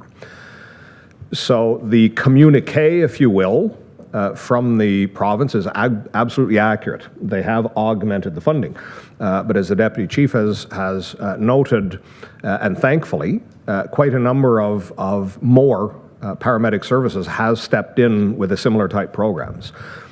Even though they have augmented the funding envelope for this program, when you have more envelopes to distribute, those that have been participating have seen a diminishment. And that's what we're seeing is a 25% reduction. And this is going to have real-world impact, particularly as the Deputy Chief has suggested. Had we even known about this earlier, there were much more mitigation that was available to us in the seasons that were not surge. Like we're entering flu season right now. The expectation is that we are going to see a larger requirement and driver for this than we have heretofore. We might have been able to make some more mitigation steps if we had known even earlier in the year. So ultimately in the conversation, the letter has come. This is what they are providing to us. What I was hoping to do is to raise this from simply an information and consent item to at the very least recommending, and I would seek a motion to that effect, of correspondence be sent to the province, the Minister of Health, probably the Premier, identifying the enormity of this challenge. As committee is very much aware, we repeatedly have the conversation in here that we are thrilled that we've been able to step up into the void of ending hallway health, going all the way back to 2018. We have taken a number of steps. Perhaps the most noteworthy is VTAC, I suppose. But there's an enormous number of steps we have made to protect the very nature of emergency services. This is the antithesis of this. This is going backwards. So at the very least, I think that it behooves us, over the warden's signature, to express our concern that there have been diminishments in the funding that's available. We are doing these things that are reducing the challenges to the acute care or hospital sector. The other element that I would add to that, I'm assuming that the agenda is still being assembled, Mr. Kelly and Warden Emo, on those items that will be part of our November 20th Renfrew County Days at Queen's Park. While $25,000 is not an enormity in terms of sums of money, it is 100% funded by the province. And in them stepping back, this is going to have impact. This program of the offload nursing is only in place at Pembroke Regional Hospital. So in terms of the hours, there's going to be definitely a diminishment. We have half a year left and a quarter of a year's funding. That will cascade right across the rest of the county. When we have ambulances parked at Pembroke Regional Hospital, they are now unavailable for emergency response out into our county. Not only is that going to affect locally, we are going to have to reposition resources everywhere to accommodate for that. So we will, after probably about 2 or 3 years of seeing diminishment and a reduction in our offload delays, this is going to drive an increase for the first time in several years. So having kind of put all of that in front of committee in discussion, I felt that this was something that would warrant at least some response to elevate it to simply accept as information. Mr. Kelly, did you wish to weigh in? No, thank you, Chair, and through you to committee. Of course, I made a note, obviously, for pieces, for this to be added to the advocacy list. And letters are going out, and obviously the agenda is changing as we go, as we learn more from provincial decisions that will affect this municipality. I'll also state that it's always been our hue and cry to the province that predictable funding, notice of predictable funding would be great. And this is a problem or an issue with all things health. Those who have been responsible for financial pieces of hospital funding, you'll know that the Ministry of Health usually gives funding around the Q3 of the regular calendar year, and the same as here. So we not only the paramedic offload or the DONP program, but even paramedic funding, we don't get notification until September, August, September as well. So although Mr. Burke is very good at his estimates, it would be nice to have more predictability earlier in the year. So I would anticipate that we add that to our call, continual call to the Ministry of Health to allow them to tell us much earlier than 3/4 of the year through our year what we're spending. To augment the answer, it has been an ongoing irritation. I'm thinking of the various SAWs that we have, those service accountability agreements.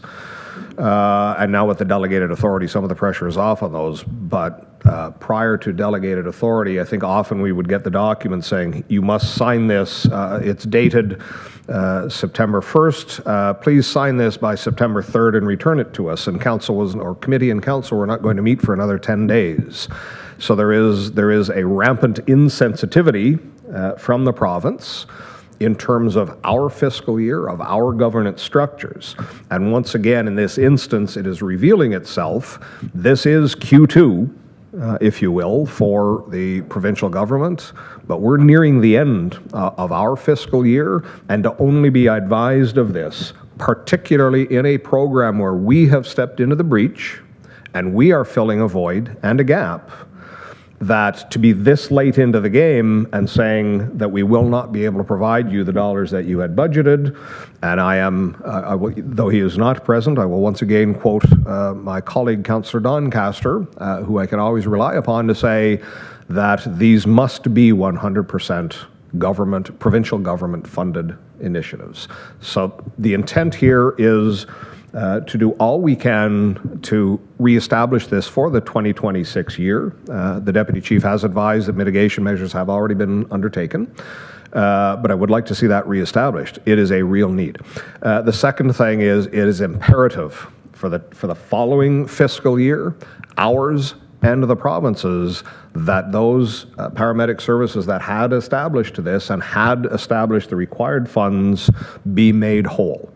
I want it for 2026. It is absolutely essential for 2027. So with that, I think that Mr. Kelly has obviated the need for the part of a resolution for the agenda for the Renfrew County Days, but I would seek a resolution that correspondence over the warden's signature be submitted to the Minister of Health et al. I will certainly leave that to the discretion of Mr. Kelly and the warden as to the distribution of the letter, certainly inclusive of our MPP, Billy Deneau, expressing our significant concern on the impact, not just to those that are waiting for an ambulance out in our community, but if you're sitting in waiting rooms in emergency departments right across the county of Renfrew, you are once again going to see challenges and wait times increasing.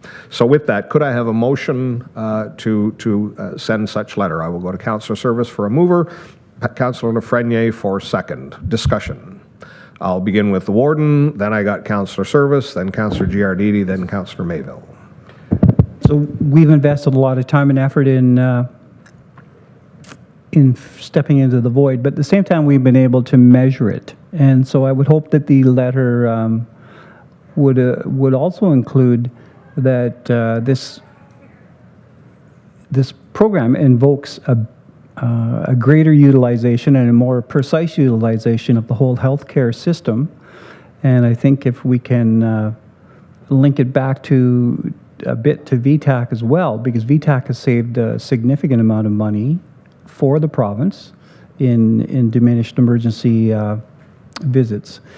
And I was just racing through the many articles I've received from VTAC, but there was one research document that did talk about a comparison of us to Prince Edward, Hastings, and I believe Frontenac County. And our program, VTAC program and community paramedicine, I think, if I remember correctly, contributed to 15% less usage of emergency departments.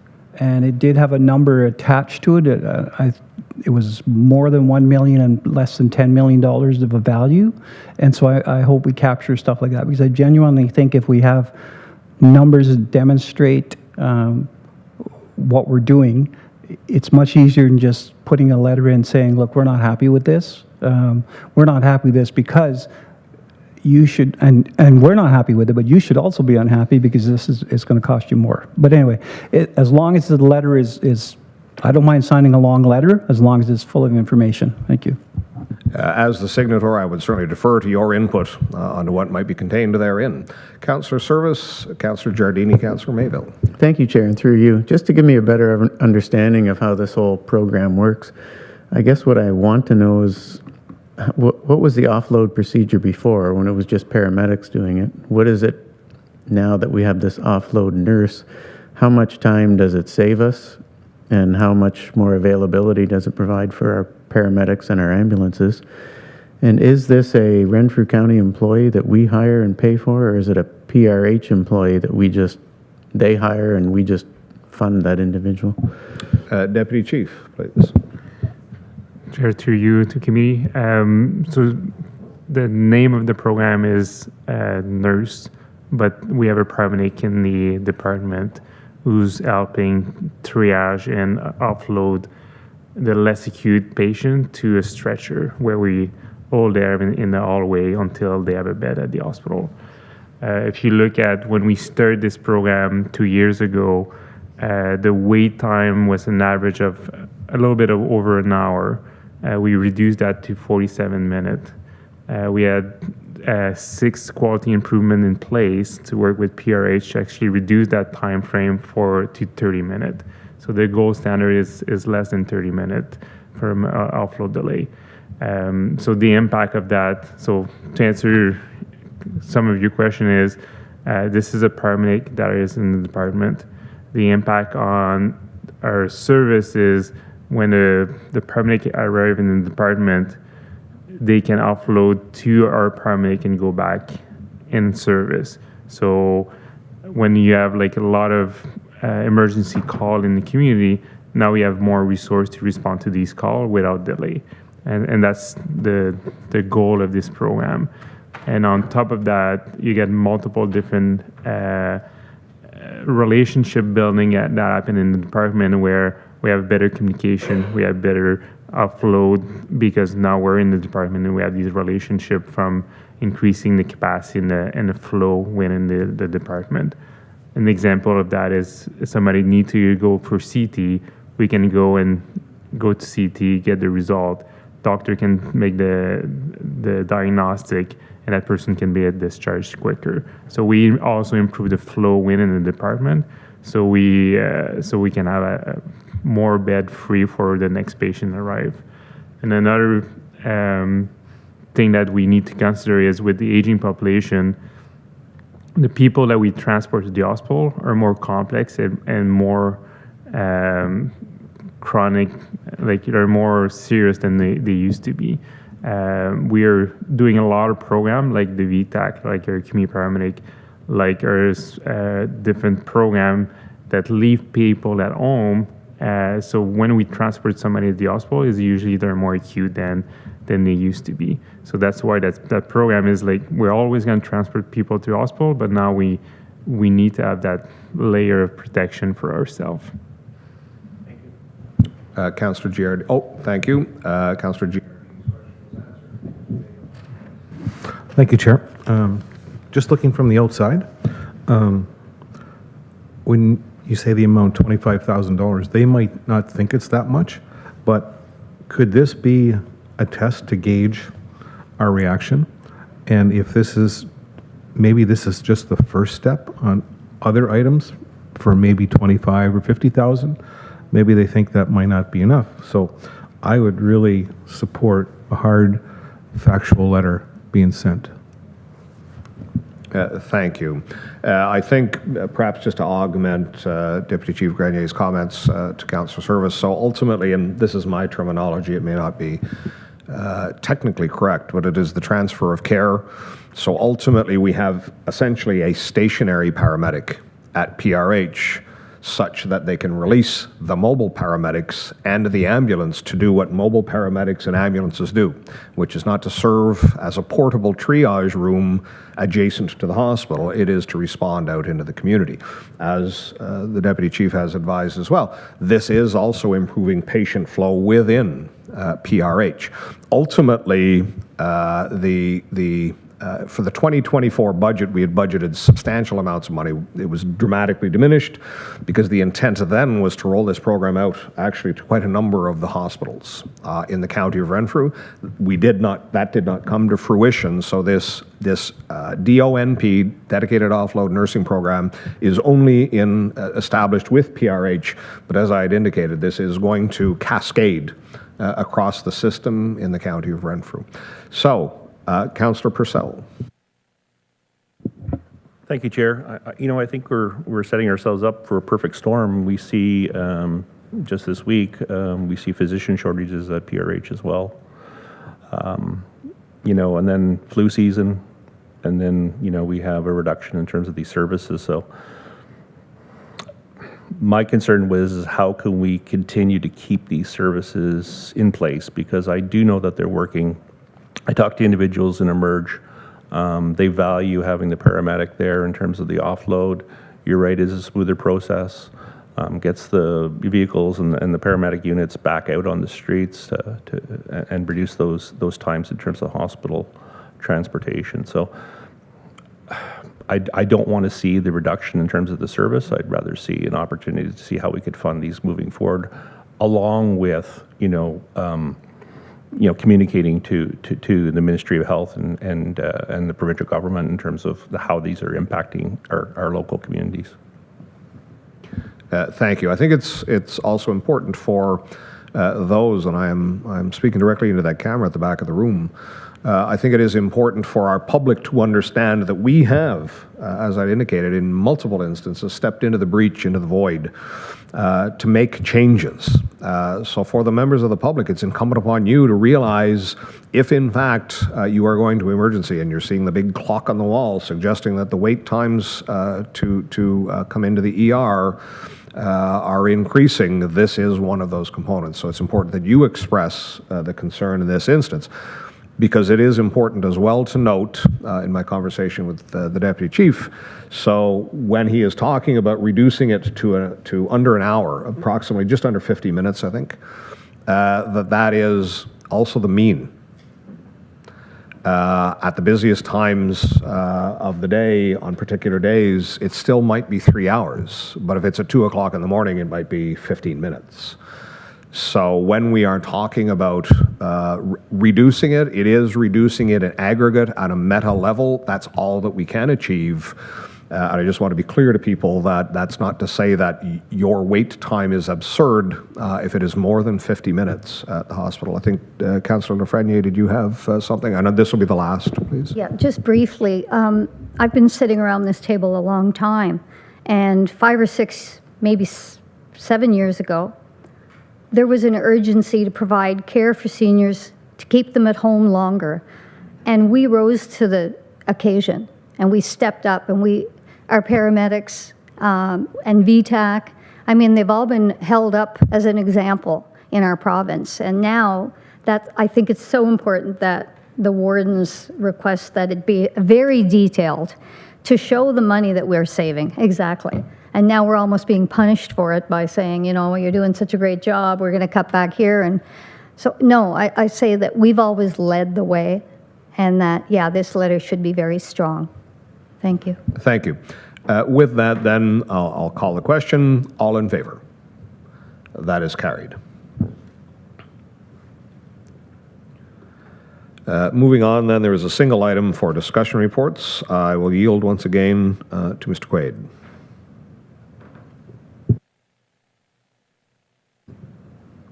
Sorry, just before we do, Mr. Quaid, Ms. Dombrowski, did I call the question on approving the consents? So do I need anything more than the resolution we just passed on item 3? Okay, I'm actually good. Mr. Quaid, no one's more surprised than I. Mr. Quaid, please. Thank you, Chair. Through you to committee. Resolution number 1. Recommendation that Health Committee recommends that County Council approve the reallocation of $100,000 from the 2025 Miramichi Lodge capital budget designated for energy recovery ventilator replacement project to support the purchase of mechanical resident lifts. And the background? Actually, just one moment. I will seek a mover, please. Councillor Weir, seconded by Warden Emo. Background, please. The background, Miramichi Lodge 2025 capital budget included $1.2 million for the energy recovery ventilator replacement project, with a closing of the request for tender for the energy recovery ventilator replacement project. The winning bid was $200,000 below the estimated cost. Staff seek reallocation of $100,000 to support the purchase of the mechanical resident lifts. Thank you. Discussion, questions, comments?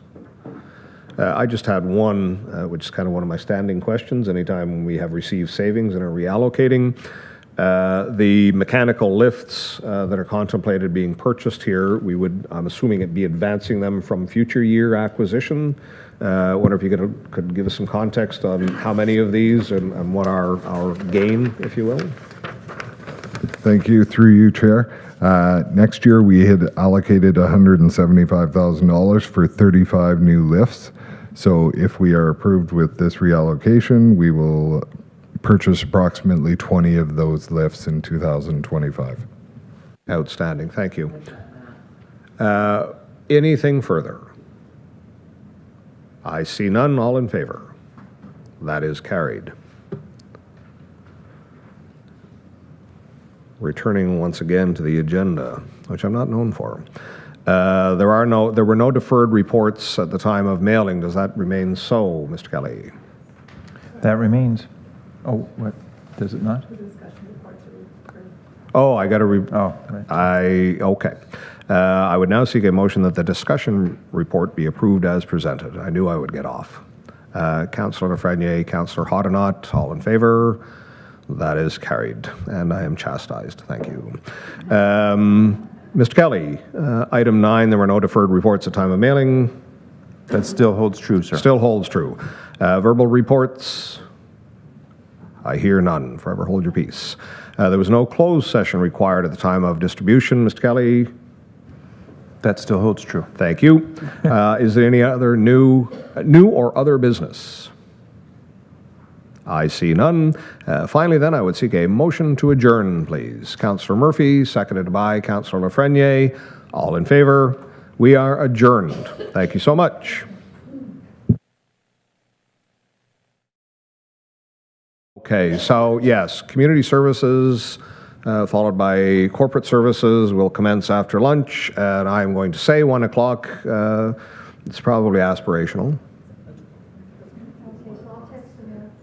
Are we on?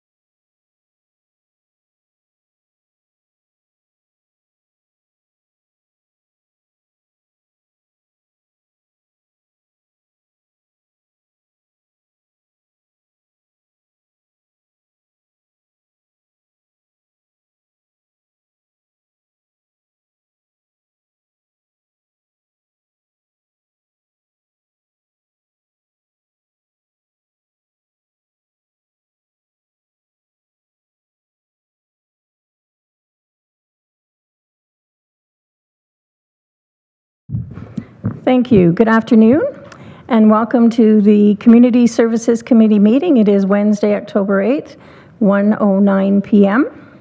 I'd like to call this meeting to order. Ms. Wilson, has roll call been taken? Through you, Chair, yes, roll call has been taken, and we have quorum. Thank you. Are there any disclosures of pecuniary interest and general nature thereof? Seeing none. Adoption of minutes.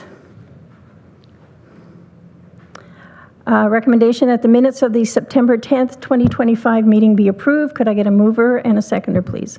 Moved by the member from Bonnechere Valley, seconded by the member from Ed Clare Mariah.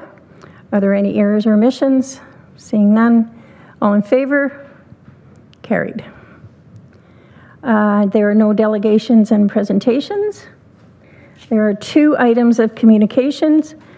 The first one is from the Ministry of Education, correspondence regarding a child care center in Richmond Hill, a tragic incident there. And the second item is from the Ministry of Municipal Affairs and Housing regarding the funding allocations for the Canada-Ontario Housing Benefit. Are there any questions or comments on either one of these items? Member from Adamson and Bromley, please. Thank you very much, Madam Chair. On the item B, I just went to the approved budget for 2025, and I note that neither Community Service nor the Housing Corporation includes a component other than administrative from COB. So given that, I'm assuming that this was housed somewhere else. I'm curious if this is within expectations, this funding? I just had a conversation with Ms. Patrick about this, and I'll let her explain it. Ms. Patrick, please. Thank you, Chair, and through you to committee. Good afternoon, members of committee. With respect to the Canada-Ontario Housing Benefit, the County of Renfrew is the service system manager to help with onboarding and screening for eligibility, but we do not administer the benefit. So this benefit is administered by the provincial government. So we are simply seeing that we have the opportunity to help connect 45 households that are in need with this benefit. And I'll also perhaps, Chair, just add that we're pleased that this new 45 households will bring us now to a total of 415 households in the County of Renfrew that are now receiving the Canada-Ontario Housing Benefit. Thank you. Thank you very much, Madam Chair, and thank you through you to Ms. Patrick. Understood, and I had kind of considered that might be so. But then still ask the follow-on question. Presumably, if there are 45, the target is to have an additional 45 homes. Presumably, this is, let me back up a little bit. I'm assuming that this is standard as how the funding has been flowed and announced in previous years. Is this number consistent with what our expectations would have been moving forward? Does it exceed them? Is it a shortfall? I can actually answer that question. It's the same amount as we received last year. There were 45 additional households, or funding for 45 last year. Doesn't answer your question? It prompted another one. Okay. I'm sure Ms. Patrick will answer this So one. are the 45 this year the same as the 45 last year, or has it been increasing by 45 over the 2 different years? So ultimately, we are increased 90 since 2023, or 2024, I guess, as this is this year and next year, presumably, that we're talking about. Ms. Patrick, please. Through you, Chair, to Councillor Donahue. So we've been fortunate that we've been able to continue to onboard new families. So this is not the total allocation, this is the allocation to onboard new households. So the total allocation would obviously be much more than that, because the 45 that we were able to add to the total last year also are factored in, continue to receive that benefit, and now we're able to add 45 more. Hope that Thank helps. you. I believe there was another question. Yes, Warden, please. Thank you. It's about item A, which is was a little slow off the mark, about the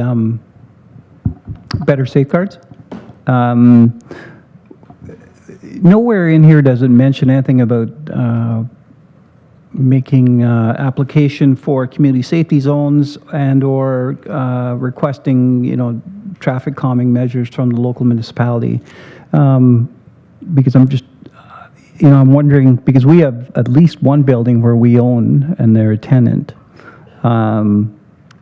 But as we flow the funding to a lot of the daycares, I think we'd have some exposure. So is there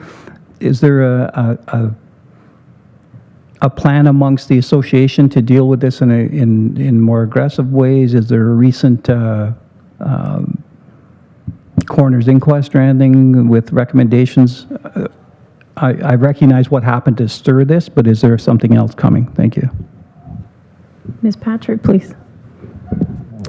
Through you, Chair, to Ward Nima, we are receiving this notification, same as all the other centers. At this time, the ministry has not provided any particulars. I know they indicate in the memo that they're doing their best to safeguard children attending licensed care without making the process overly onerous or financially restrictive. So we're still waiting for some further details. At this time, we are, Mr. Davis's team is engaged. As the warden had mentioned, we do have a daycare operating out of Renfrew County Place, so we have some provisions to look at there. But at this time, staff is still waiting for further information from the ministry and with respect to ability to support with any financial changes those licensed centers. I'll certainly provide update to the committee when we receive further information. Thank you. Are there any other questions or comments? No, seeing none. I have a recommendation that the communications be received as information. Mover and a seconder, please. Moved by the member from Greater Madawaska, seconded by the member from Laurentian Valley. All in favor? Carried. Thank you. Item 7 is a consent report. There are 3 items on the consent report. Are there any questions on item number 1, the drug strategy progress report? Seeing none, item 2, the Ontario Municipal Social Services Association discussion paper. Seeing none, and item 3, the delegated authority for the licensing agreement with Invisio Solutions. Seeing none? Okay. I have a recommendation that the consent reports be received as information. Can I have a mover and a seconder, please? Moved by the member from Petawawa, seconded by the member from Arnprior. All in favor? Carried. Okay.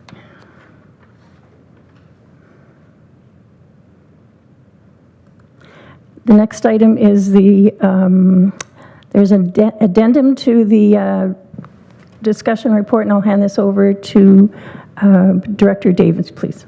Thank you very much, and good afternoon, everyone. Under bylaws, contract approval for Renfrew County Housing Corporation snow removal for Pembroke area, and I'll read the recommendation that the Renfrew County Housing Corporation is recommending that County Council approve a 3-year tender as submitted by GP Splinter Forest Products Limited, Pembroke, Ontario, for the provisions of snow removal services at 10 Renfrew County Housing Corporation properties located throughout the city of Pembroke in the amount of $587,664 inclusive applicable taxes and/or rebates for the period of November 1st, 2025 to October 31st, 2028, and that a bylaw be adopted to execute the contract. Thank you. Could I get a mover and a seconder, please? Moved by the member from McNabb Braeside, seconded by the member from Monashare Valley. Background, please. Thank you again, Chair. So as you see in the committee package, we did issue a tender for our snow removal contracts. 2 submissions from that contract. As you can see, a good price difference between the two organizations. Savings, we're recommending going with the lowest bid in this situation. A good savings. We did kind of highlight the differences between the last contract to this contract. We did talk to GP Splinter to ensure that they understood the contract requirements, and they understood the assignment, and that's why we're going for the lowest bid.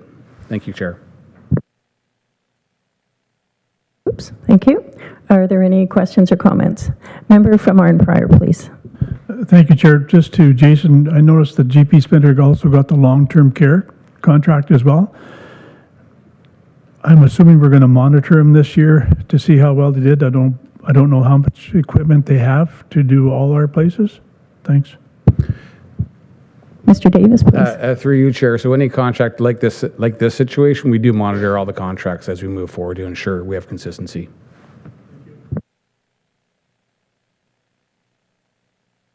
Okay, any other questions? A member from Edmonton Bromley, please. Thank you very much, Madam Chair. Through you to Mr. Davis. It lapsed, or my involvement lapsed quite some time ago, but I at one time was doing snow removal at the school in Douglas. It was not a flat rate. There was an estimate that the school board was using on what their total cost would be, but it was based on the equipment and the time. Are these flat rates regardless of the amount of snowfall in a given year? Very good question. I don't have the direct answer, but I'll get back to you on that one. Thank you. Are there any other questions or comments? Member from Laurentian Valley, please. Thank you, Chair, and through you. Just curious, this is a 3-year contract. Is that typical of the past, or was it annually before? And is there better pricing with a 3-year contract? Mr. Davis, please. Through you, Chair. So in the background, you'll see the last contract we had with Mr. McRae or the McRae products. It was a 3-year contract. So we're just renewing another 3-year contract. That's why we did it out for tender. And also it helps us with budgeting. So we have a consistency. We know what the budget's going to be year after year, at least for 3 years, and to move forward. Thank you, Chair. Any other questions or comments? Seeing none, all in favor? Carried. I have a recommendation that the discussion report be approved as presented. Could I get a mover and a seconder, please? Moved by the member from Edmonton Bromley, seconded by the member from Killaloe, Haggerty, and Richards. All in favor? Carried. There are no deferred reports. There are no verbal reports. I have nothing for a closed session. There's no new or other business. Seeing none. I have a recommendation that this meeting adjourn and the next regular meeting be held on Wednesday, November 8th, 2025. All in favor? No, mover, please. Member from McNabb Braeside, seconded by the member from Head Clare-Mariah. All in favor? Carried. We are adjourned and we will reconvene at 1. Madam Chair, if I may, do our delegation people need some time? Like, do they need to be given 15 minutes notice, or are they all good? Oh, brilliant. Thank you, Madam Chair. Can we reconvene at 1:30? 1:30 it is. Thank you. We are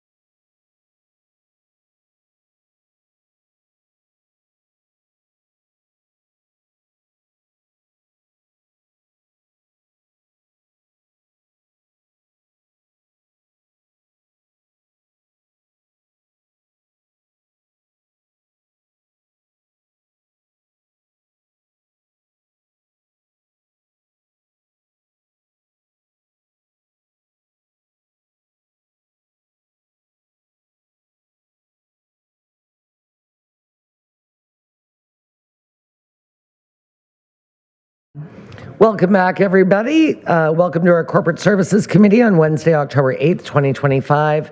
I'm calling this meeting to order at 1:35 p.m. Ms. Wilson, has roll call been taken? Yes, Chair, roll call has been taken and we have quorum. Thank you.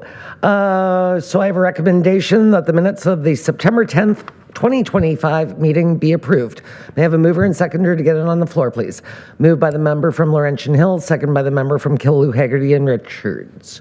Were there any errors or omissions? I see none. I'll call the question. All in favor? Thank you. All right. So we do have a delegation this afternoon, and I see that they are joining us by Zoom. So we have Jane Miznansky, I hope I pronounced that right, Vice President, and Damien Maggio, Consultant, attending from Gallagher Benefit Services Group, Inc., to present the County of Renfrew Council Remuneration Review Report. So do we have them? I see the...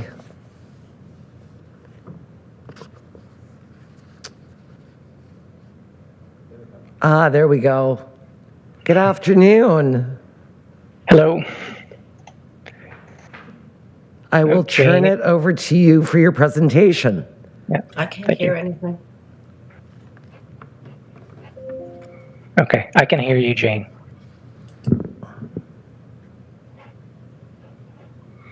She's on screen now.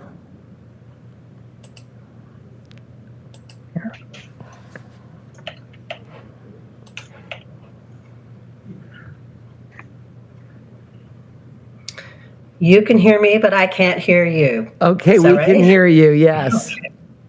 All right, I'll just go blindly then, and hopefully if I click in at some point, it'll work. So we have the slide deck up there. Thank you very much.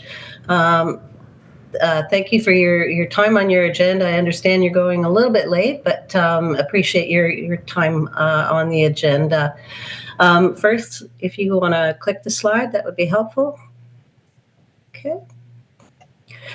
So just by way of introduction, Gallagher Benefit Services Canada Group, Inc., also known as Gallagher, we were retained through a process of an RFP, so to speak, that retained to do the remuneration review for the elected officials for council, and it was really to take a look at what your policy says, what your expense rate are and your remuneration rates are, and comparing them to municipalities of similar size and scope of responsibilities. It's very different than actually a compensation review for staff. If we do staff, we're looking for competition because you're trying to attract and retain members for your staff organization. But for council positions, what we're really looking for is comparability between one municipality and another. We use that as a benchmark to say this is what's deemed to be fair and equitable given the similar nature of the work. The things that we try to take into consideration when making our recommendations is that we want to make sure that the compensation, whether it be a base pay or a base pay plus stipends, plus expenses or so on, that it reflects the respective roles and responsibilities. So by way of easy example, the warden would be a higher level of pay than the council members. We want to recognize the time commitments. I understand that some council agendas can get upwards of 400, 500 pages long. So we want to recognize that that is, in fact, a lot of time to digest the information, to prepare for the council meetings, and then attending the council meetings as well.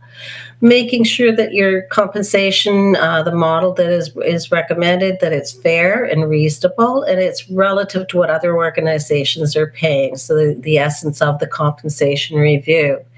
And that it's a framework that is financially sustainable, so that we're not recommending, huge jumps or increases, but that it has to be sustainable and appropriate for the municipality, given the current practices across the sector. So the report that we have provided does outline our findings and our observations, and then we've provided some considerations or recommendations. Next slide, thank you. So the market review included 10 upper tier municipalities for comparative purposes. They're predominantly Eastern Ontario, but we do have a few from Western Ontario as well that are deemed to be of similar size or nature of the composition of the municipality itself. We developed a survey and sent it out to each of these municipalities, and we were looking for information on base remuneration. What is the base standard for each of the members of council? What are the per diems, if any at all, and what are they paid for? What are some of the rules and regulations around when a per diem is paid or not paid?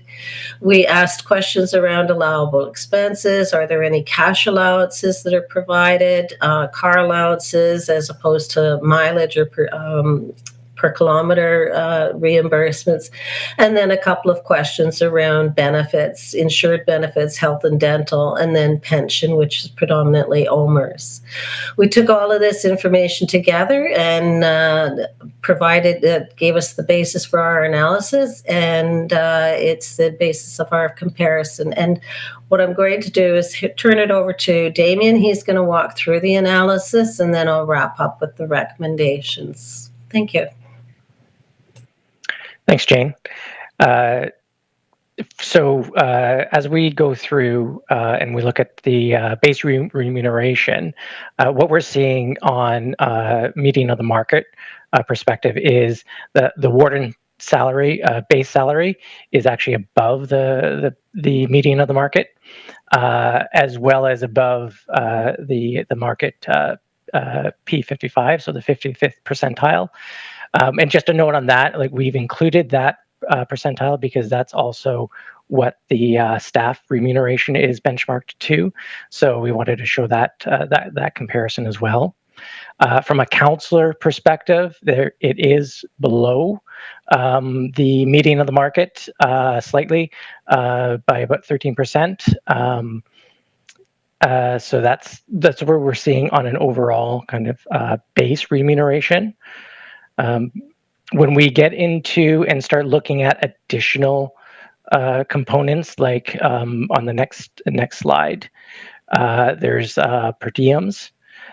Several of the comparators also do provide per diems, and the average per diem that we saw coming back from our survey is $115, which is lower than the county's per diem of $243 paid for ad hoc committee meetings.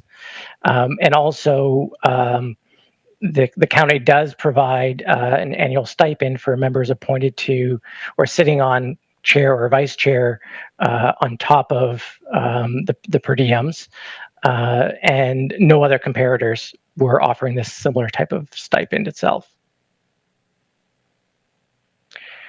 When we looked at the other payments, other observations, and we get into like the salary practices and salary administration practices, comparators are looking at the annual base remuneration on a annual basis, typically aligned to cost of living increases as provided to similar to staff compensation, and Renfrew does align with this practice itself. From a pay policy perspective, and this is where the targeting of the market comparators comes in.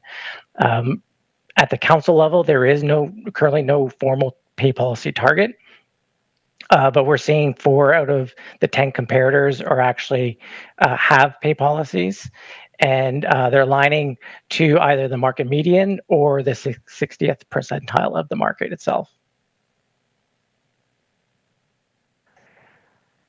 From other things like conferences, general expenses, 8 out of the 10 comparators are providing per diems for attendance to conferences or workshops, in addition to expenses. And these per diems range from either $100 per day up to $473 per day. The Renfrew per diem for conference right now is for time is drawn from an overall conference budget. So it's just from an alignment as comparison to comparators.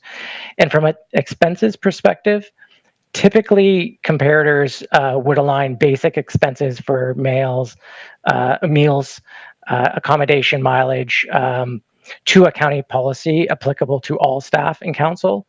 And there may be some limitation parameters for allocating, conference attendance as well from expenses. Right now, the Renfrew bylaw is silent on any of these expenses, and the number of conferences permissible per year. So it's not kind of in line with some of the practices that we're seeing from other comparators. On an insured benefits and pension enrollment, the county's a leader in providing access to insured and health benefits to council members. Only 2 other comparators provide access to life, and 1 provides access to health and dental. And OMERS and other retirement provisions are not widely available at the county level within the comparators. So I'm going to hand it back over to Jane now to go through the considerations for council.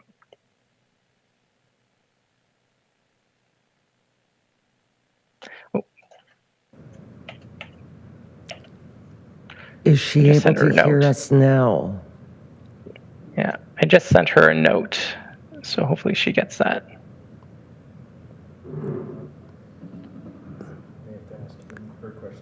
Yeah, that's a good idea, actually. So, Mr. Maggio, if she can't hear us, if you want to just continue, because I'm struggling with trying to find this. Okay, I can continue. Wonderful, thank you. Yeah. So for consideration, what we're putting forth is several items, 7 items. Adopting a 55th percentile pay policy as per the non-union employee group. Maintaining the Warden 2025 base remuneration rate.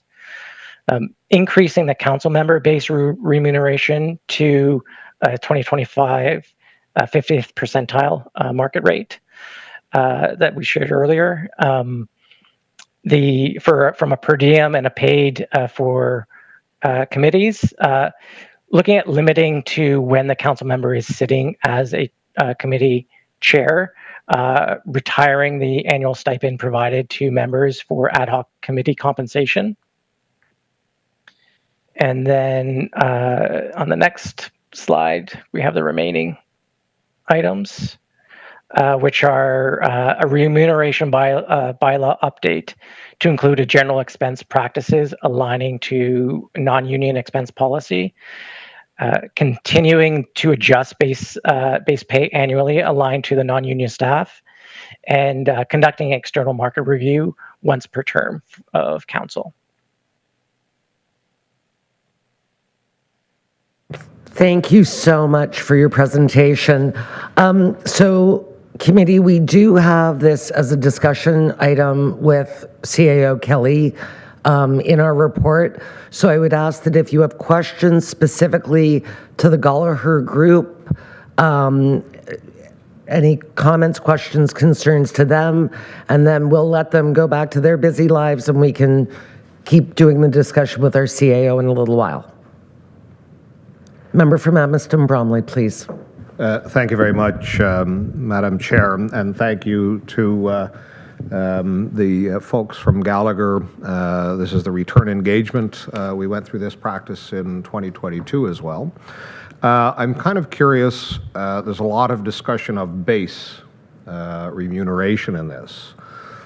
And was there, it's not in the report, it's not in our remuneration bylaw, and it doesn't seem to me that the county has ever kind of given consideration to this as what is considered base duty, i.e. what the job description is. In 2013, there were 15 ad hoc / external agencies. When I first sat in this room in 2015, there were 17. This year, there's 22.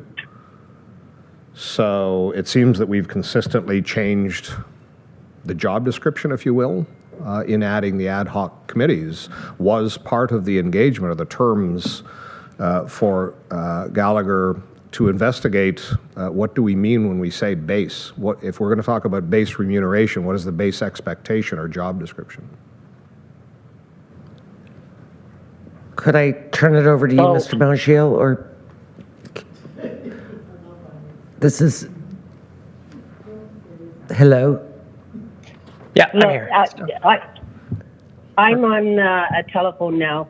I can hear you through the line. Oh, wonderful. Welcome. My apologies.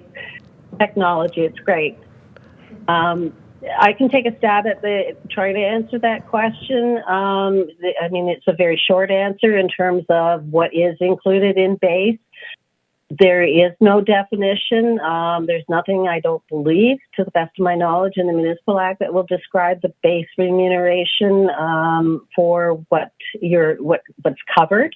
But generally, from what we hear from the comparator organizations, is that it is covering all of the council meetings that are scheduled at the county level, and then predominantly the county like standing committees or committee attendance as well. There are a couple, as Damien walked through in the report, that do also pay additional remuneration for those council committee meetings, or whether they're ad hoc or standing committees, or just other meetings that are required of the council members to get the per diem. So it's really, there's no defined answer to that question.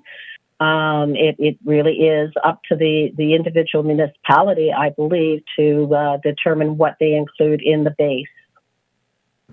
Thank you for that. Anything further? Member from Killaloe, Haggerty and Richards, please. Thank you, Chair. The comparatives that you're using, how many of them have Committee of the Whole included? I don't believe we had that specifically identified. They would put them as standing committee or council meetings. Typically, in any of the previous reviews that I've done, it would say Committee of the Whole would be inclusive in the council meetings themselves. Thank you. Anything further? Well, thank you so much for your presentation. We'll let you get back to your work, and we'll have a discussion about this later on in the meeting. Have a great afternoon. Thank you. Okay, thank you. All right. We have no communications in our consent items. Under administration consent, we have one item, which was the CAO quarterly report. Was there any comments, questions, concerns? And in corporate services, we had 6 items. Everybody's favorite topic, ASE. Really looking forward to all those speed bumps. The 2025 service awards for our retirees and our long-standing employees. I did say to Lisa when I came into the building this morning that she must have started when she was 12. Yes, member for Bamiston Bromley. I apologize, Madam Chair, and certainly by your leave, this was with respect to item 1, if you care to go back.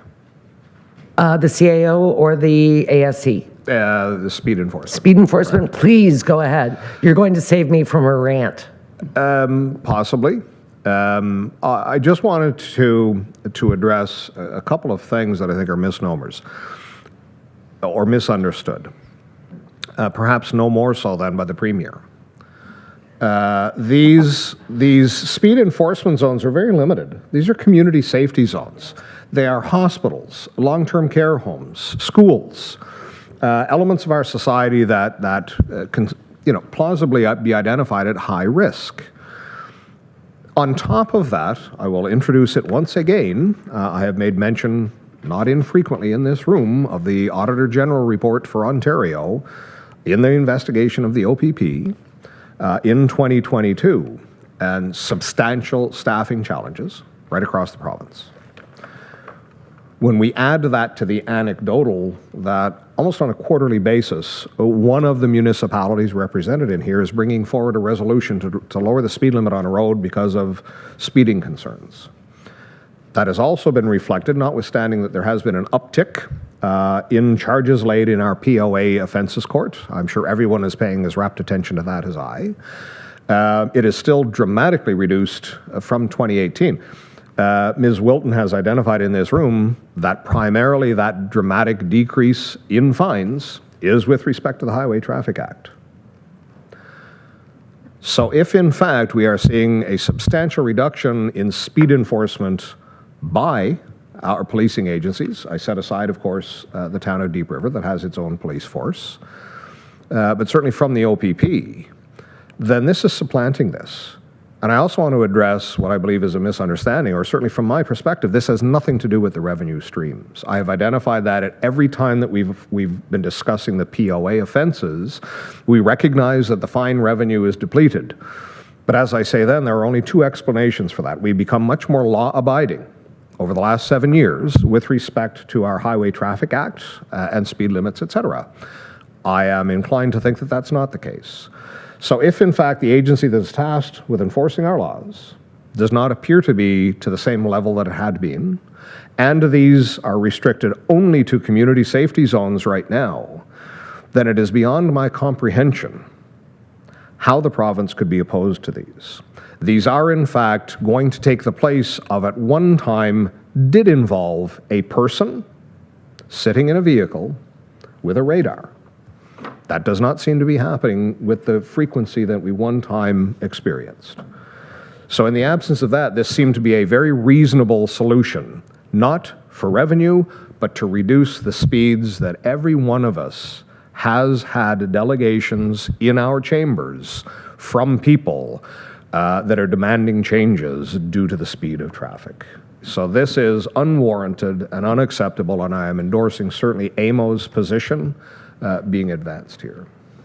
Thank you for those words. I couldn't have said it better. Absolutely. I'm very concerned, as you just said, we have to basically apply to the MTO to have the community safety zones.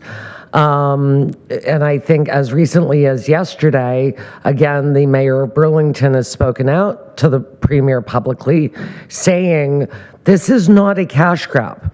This is a safety issue. And I am not against having more officers, but they better give them to us and pay for them to combat some of the speeding challenges that we have.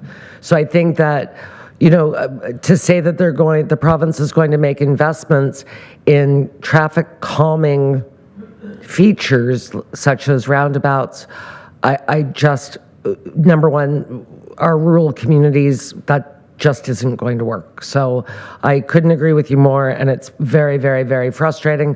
I too endorse what AMO is saying, and in fact the Roma board is also endorsing it because it's specific to rural Ontario, even more so than in a city where Toronto police have 5 traffic. They have 10 traffic. No, how many? 7 of them. They have divisions specifically for traffic. So we don't have that luxury here. All right, so now I'm going to go back. The health and safety and wellness. Number 4 is centralized scheduling. Keeping an eye on my people on screen. Number 5, the career fairs. And number 6, the map. Awesome. All right. Then I will move on to the consent item addendum, which was 1 item. It was the municipal climate internship host participation. Alrighty then. Then at this point, I need a mover and seconder to accept the consent reports as information, please. Moved by the member from Laurentian Hills, second by the member from Greater Madawaska. Any discussion? All in favor? Wonderful. And now I'm going to turn this over to Mr. Kelly to speak to the Gallagher report, please.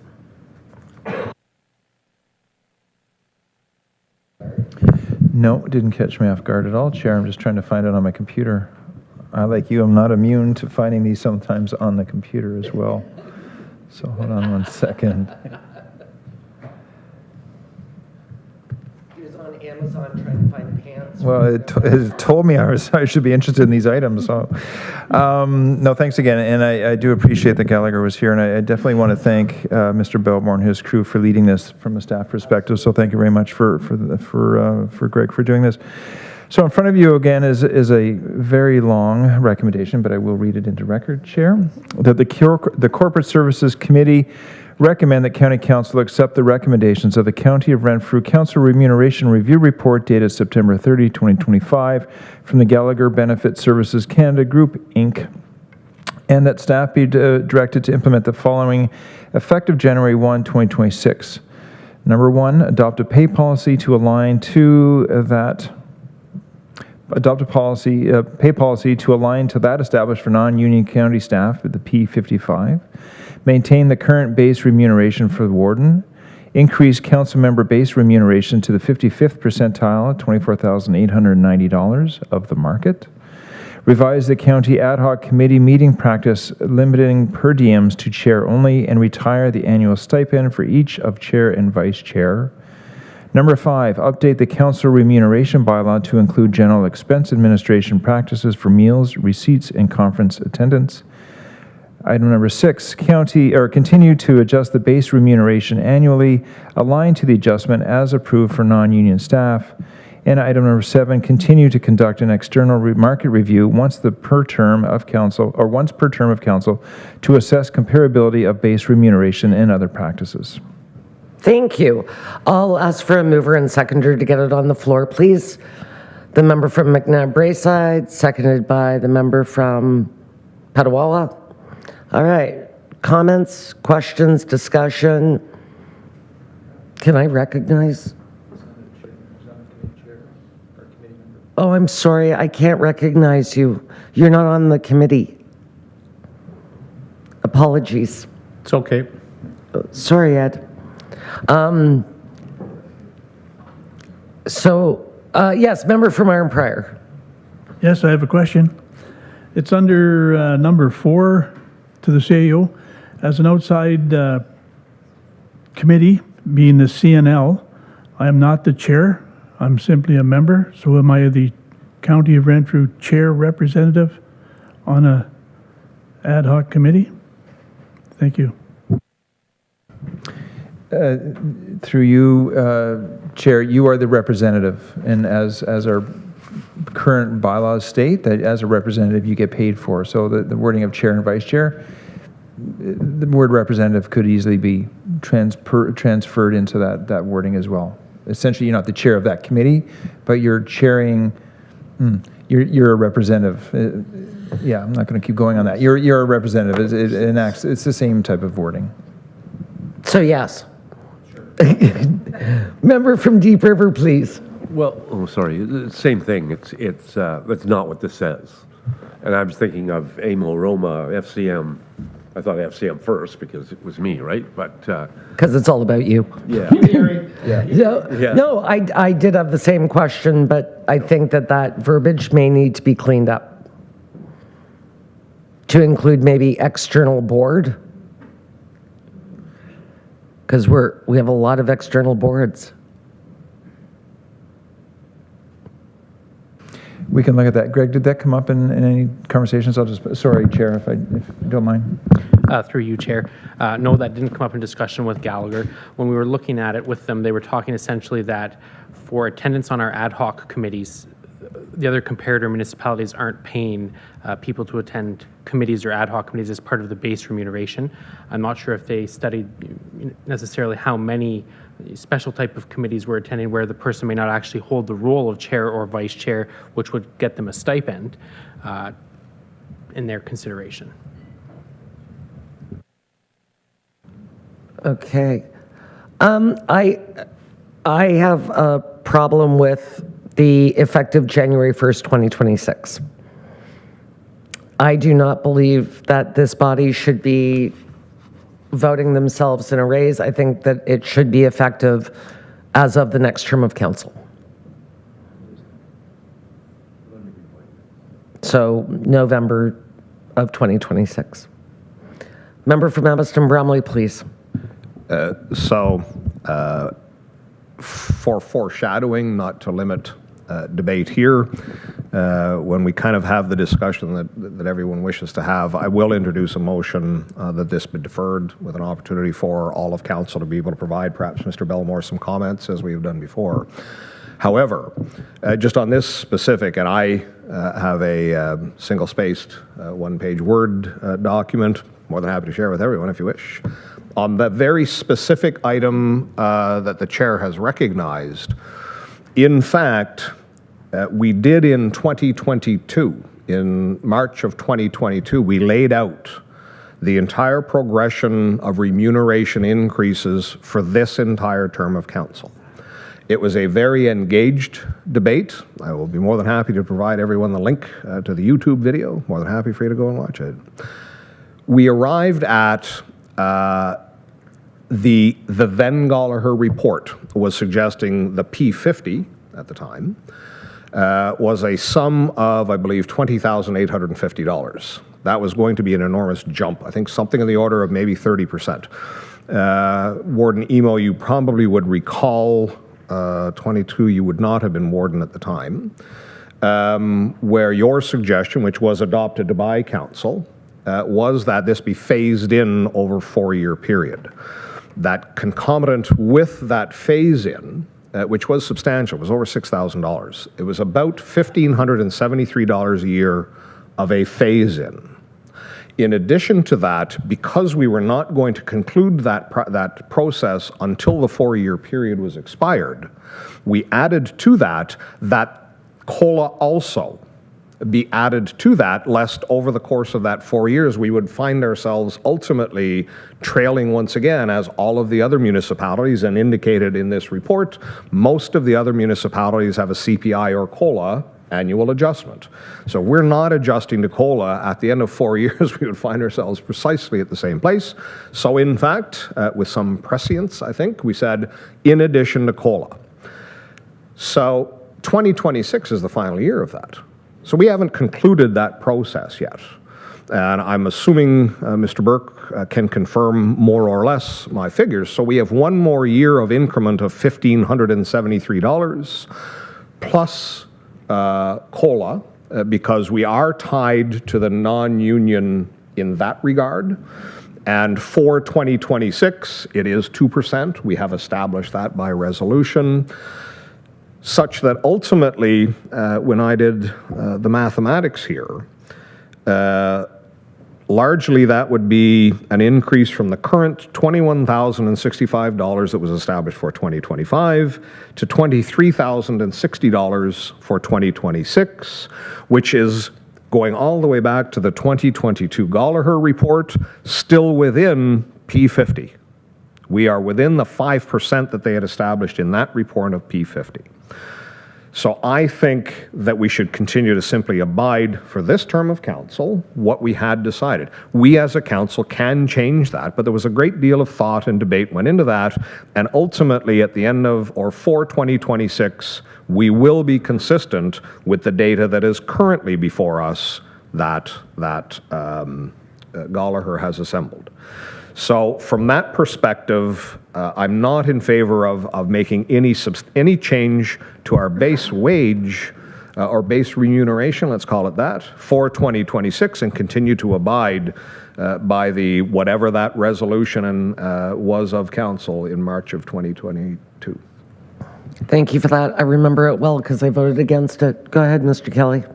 Thank you, Chair, and definitely understand your concerns. And if you recall, in 2022, it was a very long conversation. I think we had one special meeting, if not two, to discuss this, I think, on its own. And that point is taken. I think a lot of these comments, we had to bring a report forward to you with a recommendation, and this is where we sit today. Notwithstanding the comments about the pay, there are at least, let me think, of the 7, a few of these items we would like addressed separately and distinctly from council remuneration, especially around council expenses for conferences, the stipend, all these little nitpicky things. I'll call them nitpicky, but they are nitpicky, but there's a lot of work for staff. And there's some ambiguity sometimes when you go to conferences or events or otherwise on who charges for what and how they're charged and who submits, and even on behalf of your local municipalities, who's responsible for what. So at the very least, I would suggest that a piece of these, we would really appreciate them be implemented by January 1st, 2026, whether they're part of the budget conversations or outside of that. I think we can definitely acknowledge that it requires a special meeting or another time to discuss these, and recognize that would probably happen coming into this meeting, that discussion would take place. But I would, just for the sake of that, there's another conversation to be had as well about the alignment of P55 and where we're at, because as you recall, when a report was brought forward last year about non-union staff being in that 55 percentile, we're actually not maintaining that P55 either for non-union staff either, and that's an issue that needs to be looked at as well. So if we're aligning one with the other, we have to make sure that the other is being aligned to P55.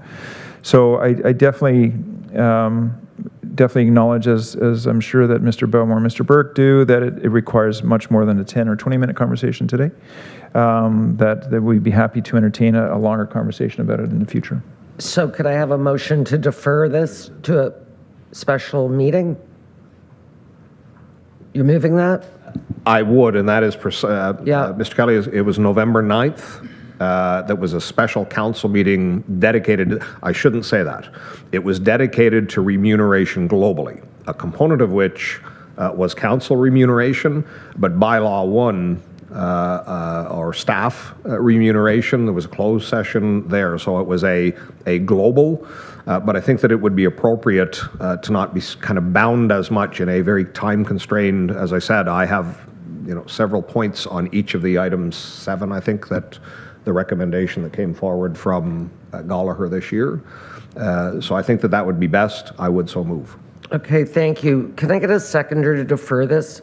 The member from Killaloe, Haggerty and Richards, is there any discussion on deferring?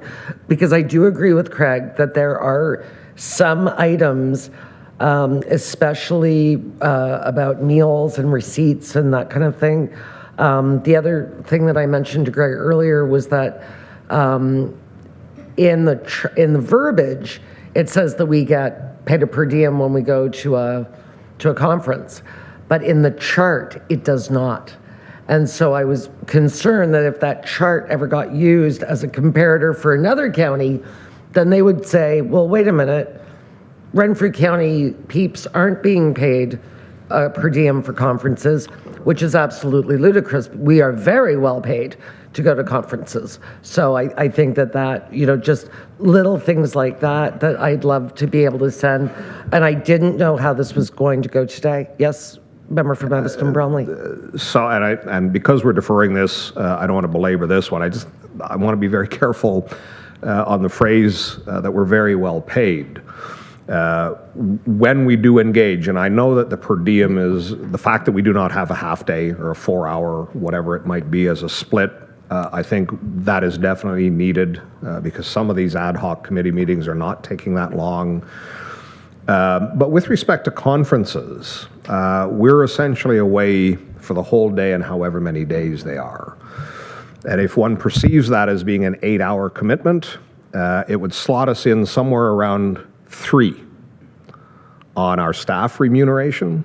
That would be the level of remuneration. So in terms of being well paid that are taking away from whatever one's job is at home, then that level with respect to our staff grid, wage grid, is not well paid. I am quite satisfied in the 243, would not make any suggested change to that whatsoever from being away at a conference.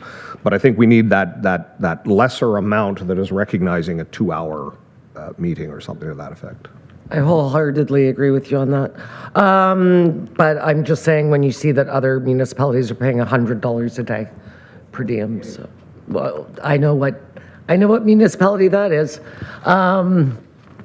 All right, so all in favor of the deferral to a special meeting? Point of clarification. Point of clarification. I'm sorry, I can't recognize you. I sit at the table. No, you're not part of this committee. But we, as a city of Pembroke, provide the county with over $4 million. And every year, part of the budget process. I'm sorry, Councillor Jacquenot, you're not part of this committee. You do not provide the County of Renfrew with that money. That is a fee for services such as long-term care homes and paramedic service, etc. So salaries are not included when we give you the money? You're not part of the Corporate Services Committee, sir. I'm sorry. So I get that, but I don't get why we don't have a say. Because you are not part of the County of Renfrew, sir. All right, and that being said, all in favor? Just keeping my eye on the screen. Awesome. Now, I did have a mover and seconder for this recommendation. Yes, member from Addiston Bromley. So it doesn't need to be part of that resolution, but I'm assuming we're leaving it to staff to poll council to see their availability. And we are on a very short time frame. Yes, we are. As well. Nothing like the end of the year.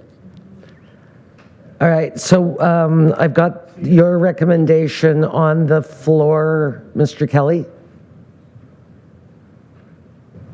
So do we just withdraw that recommendation? Well, it's deferred. It's deferred. deferred, Just okay. defer the We're all recommendation. good? Yes, deferred. Yeah. All righty then. Now, I'm going to turn it over to Mr. Burke with his treasurer report. Thank you, Madam Chair. And the resolution is recommend that Corporate Services Committee recommends to County Council that A, the updated asset management plan and long-term financial plan version 3.2 be approved, and B, pre-budget approval be granted to proceed with the 2026 projects and purchases contained within the updated asset management plan and long-term financial plan version 3.2 with a total of $61,923,112. Thank you. Could I get a mover and seconder to get this on the floor, please? Moved by the member from McNabb Braeside, seconded by the member from Arnprior. Background, please, Mr. Burke. Thank you, Madam Chair. The background and the updated report are attached. So I think staff has been moving in this direction for a few years now, trying to get earlier and earlier and separate our capital budgeting and our capital cycle from our operating cycle for a number of reasons, to give staff more lead time to get ready for the capital jobs, to allow for earlier tendering, to allow a different thought process where this type of budgeting requires a kind of a different, more long-term thinking as opposed to the operating budget. And the other thing I would like to mention is, about expectations, because I think maybe last year we didn't set it up as well, in that you very likely won't see any actual expenditures in the 2025 year from this plan. And you may see a few of the tenders come out earlier than the budget in January, but possibly not. But it really allows staff to have that time to start the project so that they come out earlier. As well as with the new infrastructure expansion policy, where your lower tiers can look down this list and see where they would like to suggest expansion of those assets. This allows you the time to build that into your own budgets with a thought process that you could suggest increases to this list. With that, Madam Chair. Thank you for that. Yeah, that does make a heck of a lot of sense. I'll open it up for discussion. Member from Killaloe, Haggerty and Richards, please. Daniel, thank you, Chair. Could you just explain that one more time? What he just said? I think I got it, but I'm not sure.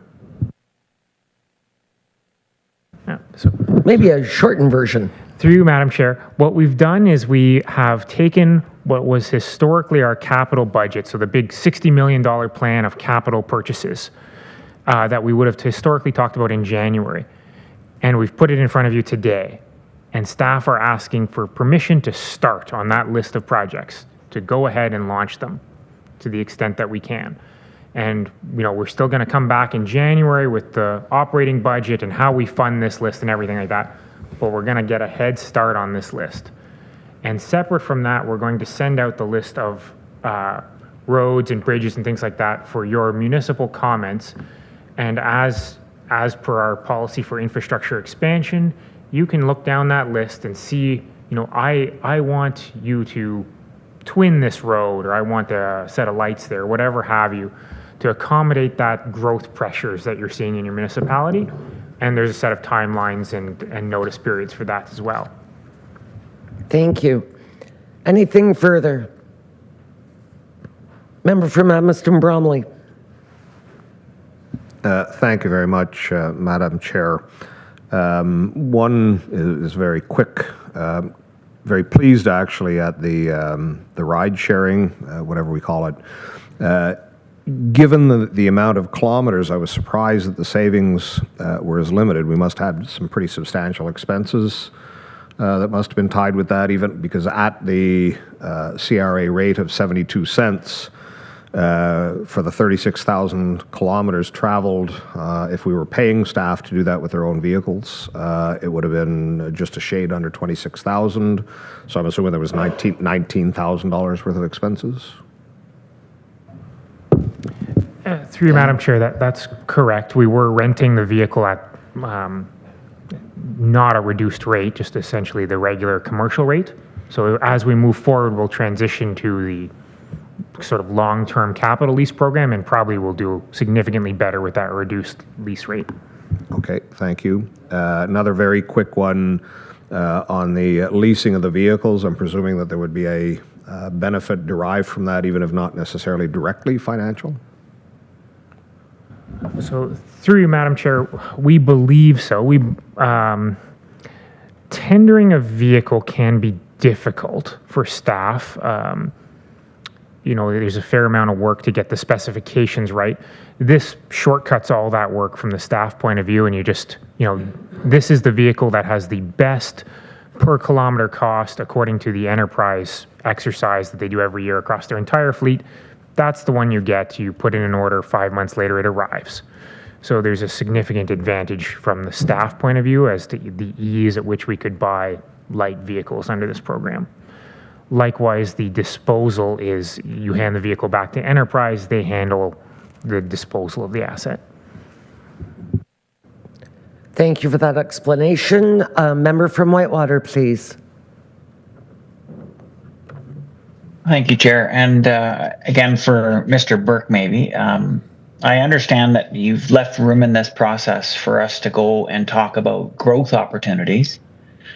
How do we interject into the process in order to change or ask for procedures to be re-examined in order to save capital funds? The example of leasing small light vehicles versus purchasing is one example, but say we were talking about converting housing stock from something we owned to something we leased as an example. What would be the process for that to be considered? Through you, Madam Chair, your specific example certainly catches staff somewhat off guard, so we'd have to take that away and consider something like that. I would say that, across the portfolio, we're always looking for ways to save money, but we hadn't considered, sort of selling our own assets and leasing them back. That's sometimes considered a desperate measure, I would say, but don't know that we're there yet, but we can certainly, take any comments you have about ideas. We'd be happy to take them from a staff point of view and look at them. Probably the method is just an informal, let the CAO or I know that, you've got this idea, and we'll take it away and see if it warrants coming back to consideration in front of the whole county council. Thank you for that. Member from Whitewater, did you have another question? Yeah, no, that's perfect. It was just the process. I just wanted to make sure we had an opportunity to capture it, ideas that might come up. Okay, wonderful. Thank you. Thank you, Mr. Burke. And now I will turn this over to Mr. Belmore with his, sorry. Nope, we're not done with you. Member from Amherst Bromley, my apologies. This one is a little bit more involved. Uh-oh. So it's a two-parter, and it's the second last bullet point. So the linear asset benchmark costs have been left unchanged from the 2025 budget. Are these the benchmark costs that were established in November of 2023? Through you, Madam Chair, I'm looking across the room at Mr. Hanrath. He's nodding yes. Okay, so a comment then. So the next sentence, experience in the 2025 year has generally been under budget. However, staff are cautious to reduce benchmark costs based on the 2025 year experience. Mind you, 2025 is tracing pretty closely 2024. Our 2024 experience was pretty substantially along the same lines. And all I wanted to make comment on was we changed our benchmark costs in 2023 based on 2 years of 21 and 22. That we saw dramatic increases. In fact, again, I can provide any member of council when the estimable Mr. Hanrath was presenting the benchmark costs pressures in November of 2023. And in fact, I think on the rural shave and pave might have been like 100% increase that we had seen over that. So we are seeing changes, and I am not, for those who might be wondering, I am not suggesting that we do change this. But I think, again, like everything, if we experience similar in 2026, it's time to revisit the benchmarking, because a great deal of the change and the trauma, perhaps, that we have experienced in this room was largely derived from these incredible increases that we were seeing in the largest capital expenditure that this corporate enterprise does, which is our operations, and in particular the linear assets. So if, in fact, this does repeat for a third year, then I would say if 2 years are sufficient to increase our benchmark, then a 3-year pattern certainly seems to me to be sufficient to once again have a exercise on approaching reasonable expectation of costs. As we're projecting over 10 years, this is like compounding. So if it is slightly off in the first year, it can be a $50 million change to our 10-year asset management plan, Madam Chair. That is it. Thank you. Now anything further? All right, now I can turn this over to Mr. Bellamore with his 2 items in the discussion report. Take it away, Greg. Thank you, Madam Chair. The first recommendation is that the Corporate Services Committee recommends to County Council the approval of Policy F01, Staff Training and Development, which is an amended policy, and that a bylaw to amend bylaw 6303, being a bylaw to establish human resource corporate policies and procedures for the County of Renfrew, be adopted. I like that you speed talk like me. Oh. We didn't have, it's all one discussion report. No. Oh, I didn't get a vote. Oh, I'm sorry. All in favor. Look at that. Yes, I did. Yes, I did have a mover and seconder. You had a mover and seconder. It was McNabb from Braeside. Yep, and Arm Prior. And you didn't call the question. I just did. Didn't you hear me? All right. Yeah. Okay. Now I need a mover and seconder for this recommendation from Mr. Belmore, please. Moved by McNabb Braeside, seconded by Petawawa. Sorry, I missed you. Member from Deep River. Yeah, thank you, Madam Chair. I'm going back to the previous item because the challenge with that is, doing the entire benchmarking exercise once again is that we've seen significant market forces that have changed how things are costed out. So it's never going to be perfect over a 10-year period. I couldn't agree with you more. I mean, even the tender that we had earlier today where we were talking about 582,000 compared to 870,000, like even the tenders that are coming in where we're taking the lowest or second lowest, even they're all over the map. Yeah, but we've got a pandemic that has changed everything that we do and how we do it. Now we've got a trade war with whoever that's changing how we do it and what things cost, and what happens next year. That's why they call it a plan. Yeah. So not a for sure. I mean, there needs to be some flexibility in there, and the forces that are causing this are outside of our control. Agreed. They're external. All right. So anything on Greg's recommendation? Yes, I did. I promise. All in favor? And Mr. Belmore, your second recommendation. This is why I don't like going last on a 3-committee day. Thank you, Madam Chair. The next recommendation is that the Corporate Services Committee recommends that County Council approve the following changes to the non-union staff salary grid within Employment Bylaw Number 1. A, an increase in student under 18 wage from $16.20 to $16.60 per hour, and B, increase in student 18 and over wage from $17.20 to $17.60 per hour, and that the revised Employment Bylaw Number 1 be adopted. Thank you. May I have a mover and seconder, please? Moved by the member from Laurentian Hills, second by the member from Laurentian Valley. Discussion. All in favor? Thank you. And I have a recommendation that the discussion reports be received as presented. May I have a mover and seconder, please? Moved by the member from Amiston Bromley, second by the member from Greater Madawaska. Anything further? All in favor? Yes, please, Chair. Sorry. I'm sorry, member from Whitewater.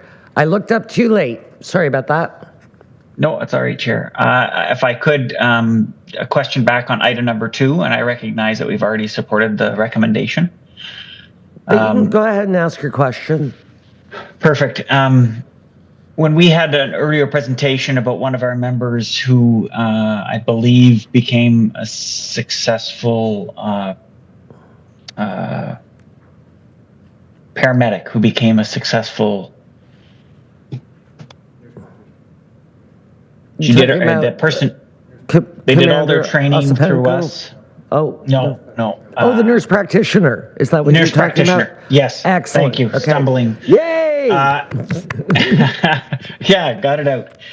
In that and that part of that discussion, we talked about training, and I noticed that 2 is the policy that supports, I believe, that type of training. I just wanted to confirm that. And if so, how enabling is this? Does this include all of the things we talked about when we had the briefing on the nurse practitioner, where we could support our staff being able to fill critical roles elsewhere in the organization? Are we enabling that with this policy? Who would like to tackle that, or is this something that we can get back to? Oh, great. Mr. Belmore, go for it. Thank you, Madam Chair, and through you to the councillor.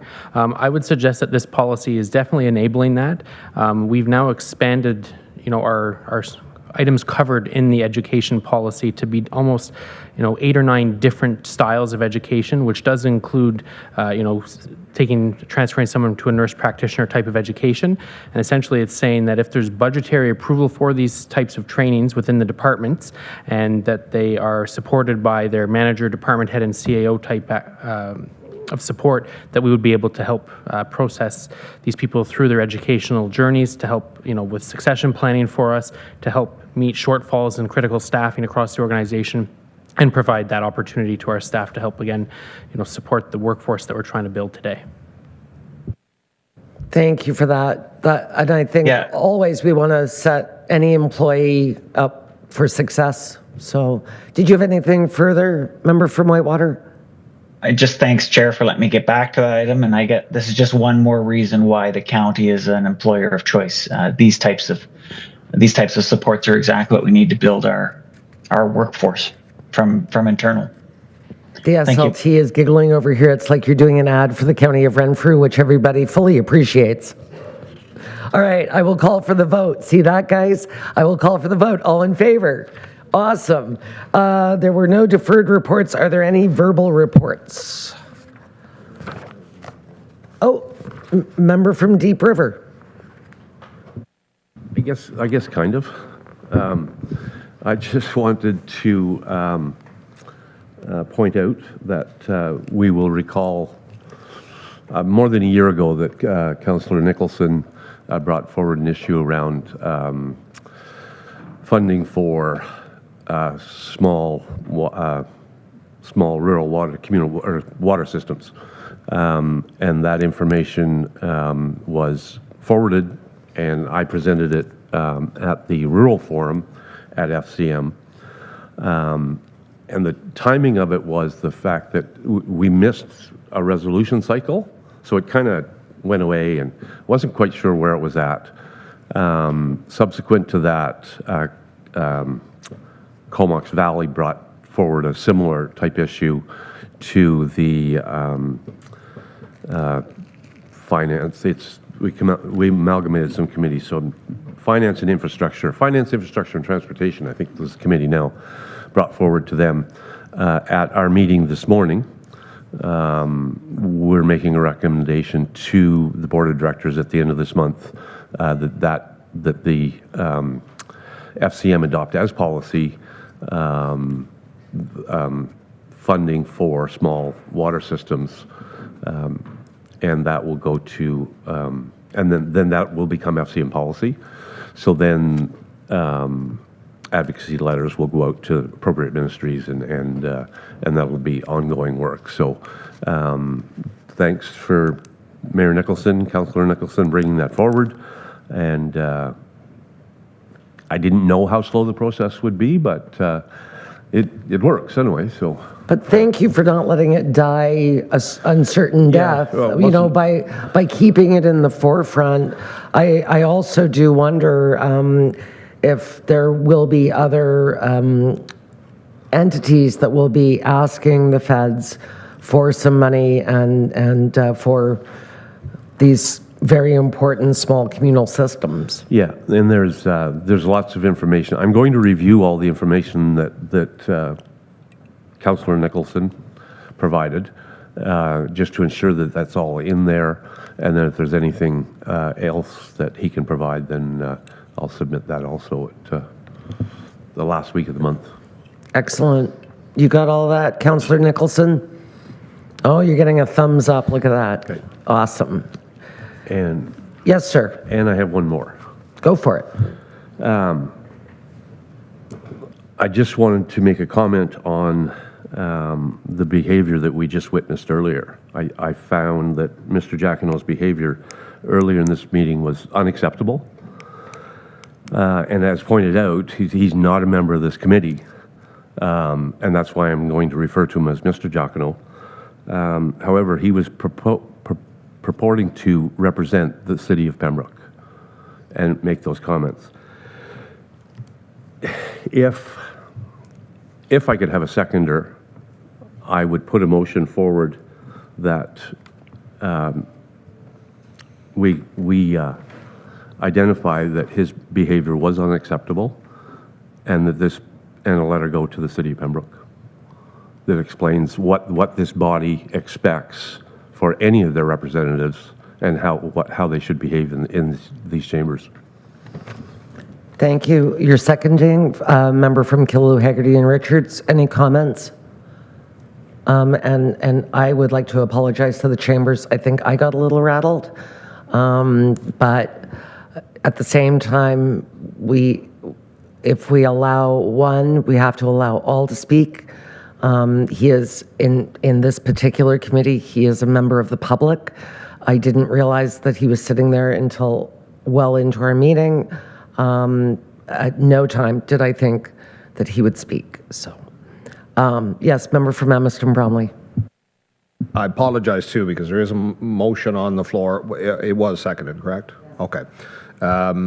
So I'm wondering if perhaps this could first be deferred to the, I'm not sure, the intermunicipal Relations Committee. I'm unaware of the specific title, but that's what it is. Committee that is jointly comprised of county and city members. If this might first be deferred there before elevated to, that would be my suggestion. I actually, if I may, Mayor Donahue, I also chair that meeting, and I would actually prefer that it come from this body, if everybody's okay with that. Warden, please. So we have tried to reset our relationship with the city, and I think we've been successful until this last little road bump. Not today, but going back a few months. And, I think rather than a letter to the city, or, I have to admit, I'd prefer if it went to the liaison committee, because then that way we could jointly, through the committee, have a statement or a course of action laid out, because the committee represents both bodies. So that would be the preferred route, to be honest, because I think we have to really build the roadways to make that committee useful, because for too long it's been just a committee where either parties showed up to gripe about whatever the arrangement was for funding long-term care, or who got a new garage and who didn't. So I think if we can try to do that. However, it doesn't always meet on a weekly basis or a monthly basis, and so it might be cold by the time it gets there, and maybe that's a good thing. But anyway, I think, with respect to you, Chair, that's the best place to put it. And if not, then, a letter to the city would come from, again, would have to come from me to the mayor.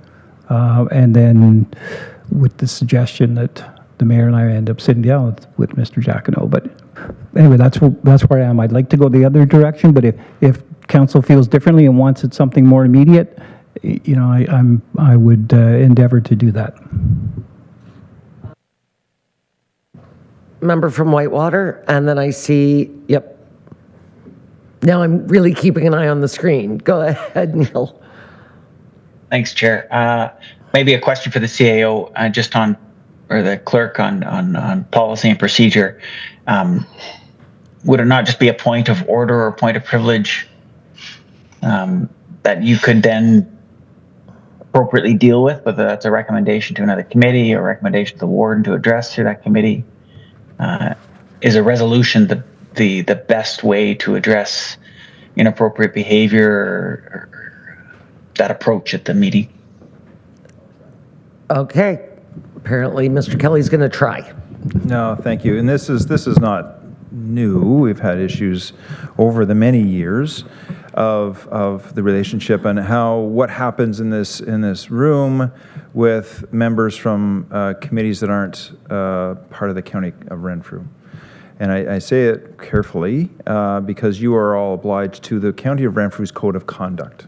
So if something was to occur in this room that was not arising to the level of skating outside the Code of Conduct, if you will, there is a methodology we follow through in that Code of Conduct. The representatives who sit here from the separated city are obligated, I believe, under their own Code of Conduct, and how this body doesn't dictate how they are to behave or otherwise in this room. And that's one of these gray areas, if you will, right? I mean, you're not part of this body, you're part of these committees, though.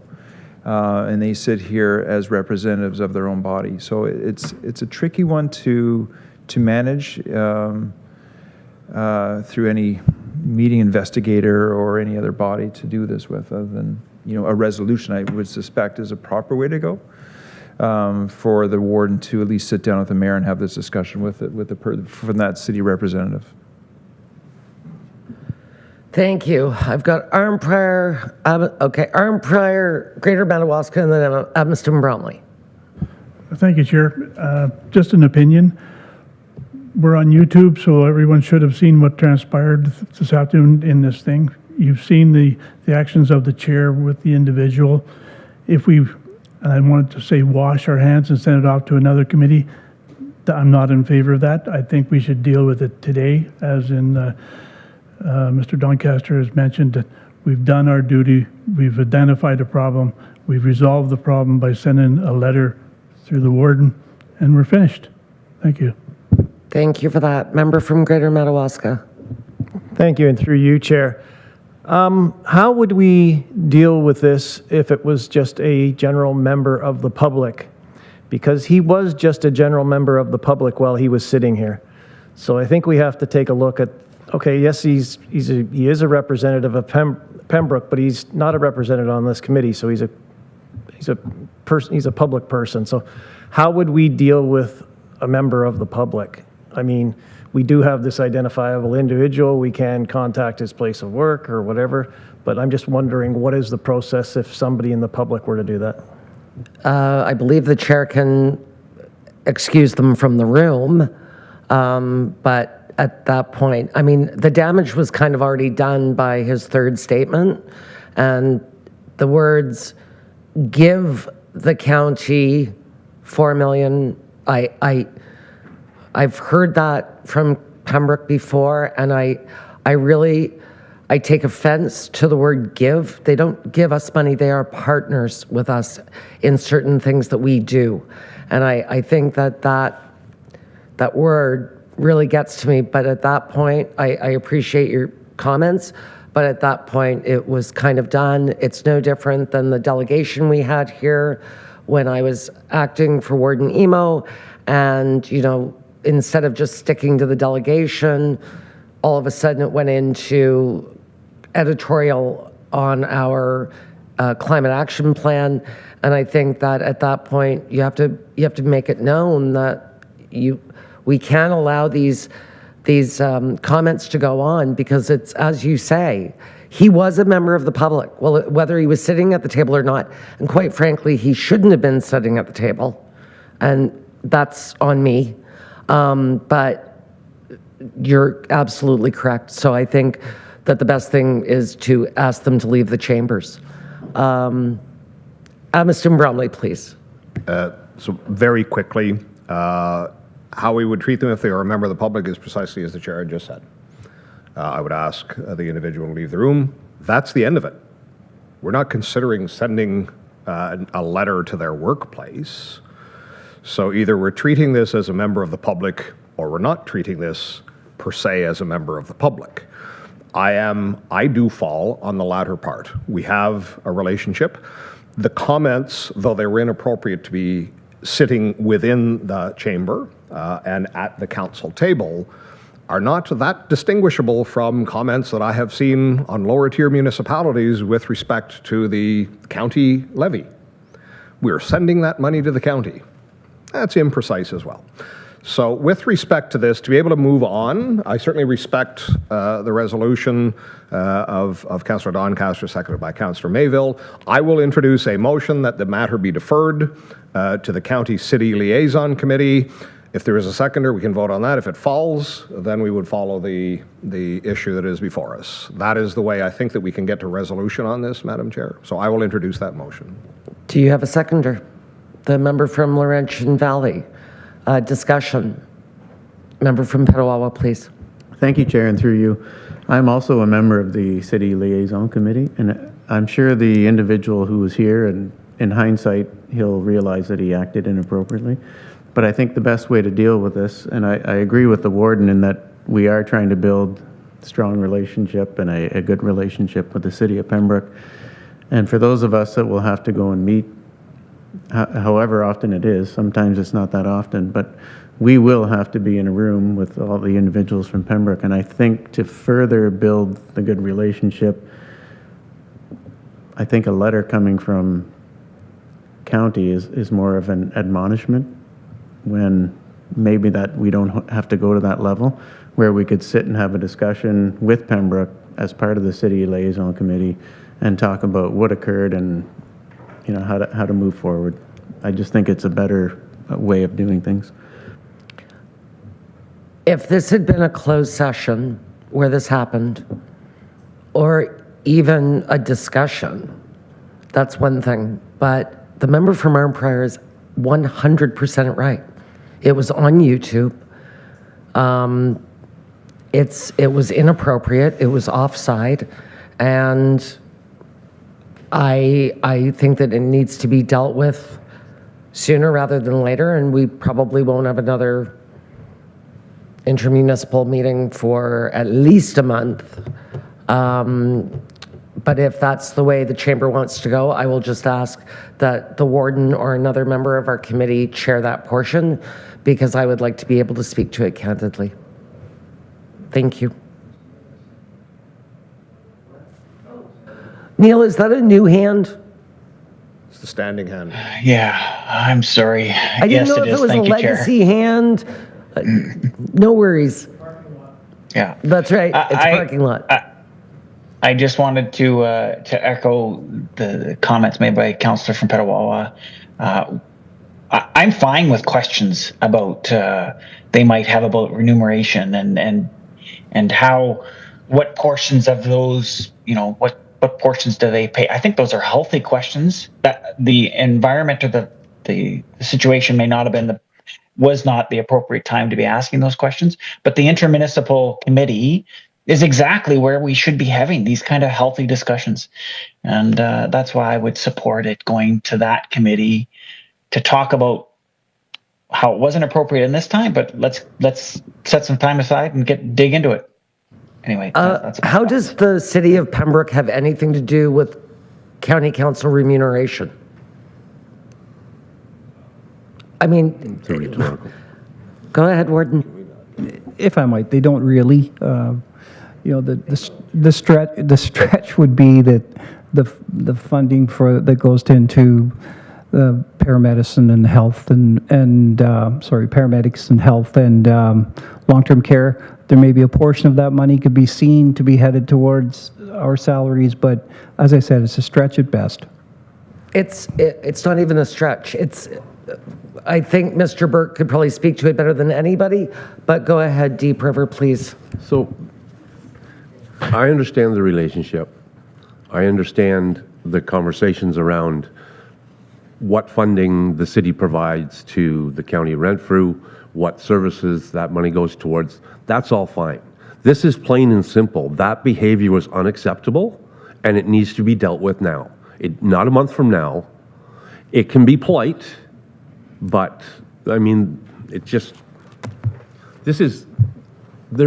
three things that go on in the council chambers in Deep River. One is council meetings, two are committee meetings, and three are courts. And that's the only thing that room is allowed to be used for, and there's a reason for that, is because of what it represents. And this room represents the same thing.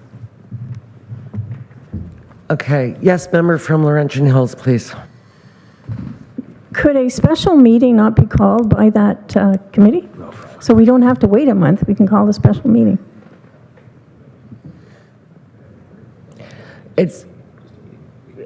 Yeah, we can. It's just, it's been, and I'm the chair, but it has been traditionally difficult to find. You can ask Gwen, it's been difficult to find the sweet spot of times because we're all busy, but certainly that can be done. Member from Iron Prior. Hypothetically, you have your meeting and the recommendation from your committee is to send a letter. You've wasted our time. Thank you.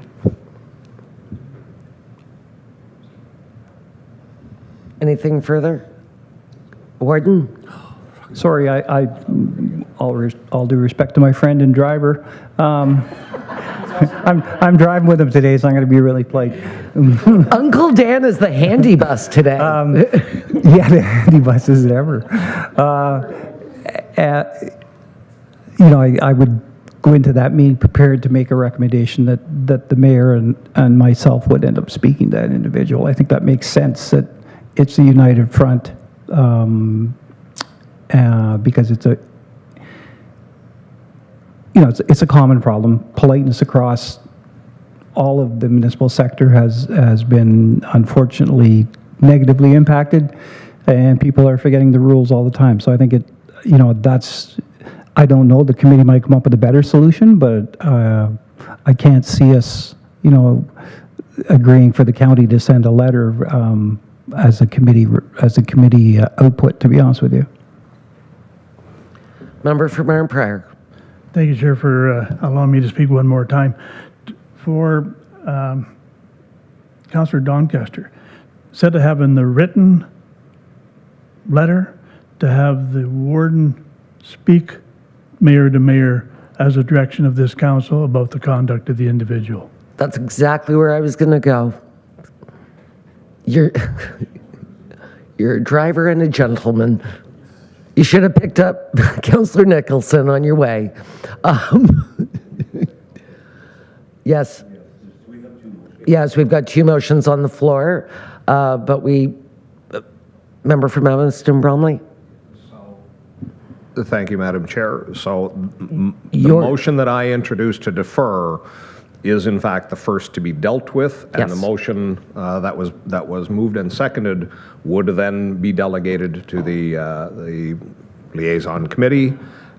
So in fact, if it is the will of council to do something other than both of those things, the vote on the deferral will be the first step. Okay, so, and that's where I was going to go. So the first thing we're voting on is, do you want to defer this to the intermunicipal committee? All in favor? Oh. Just for, it's refer, and that's on me. I do apologize. Yes, it's not sorry. defer, it is You're to right. refer. Thank you. Okay. To refer this to the intermunicipal liaison committee, and if we do that, I will ask somebody else to chair at that point. So just to give everybody a bit of solace in that. All in favor? Opposed? Okay, that carries. Wait a minute. Let's do that again. It is. Wait a minute. All in favor? I think I missed the people on screen. Val and Neil. Okay, so 1, 2, 3, 4, 5, 6, 7. Okay, opposed? 1, 2, 3. It's 7-7. What? Oh, it did? I think Val voted against. Oh, she did? I didn't see her little hand go up. I thought it was up for, oh, okay, thank you, sorry.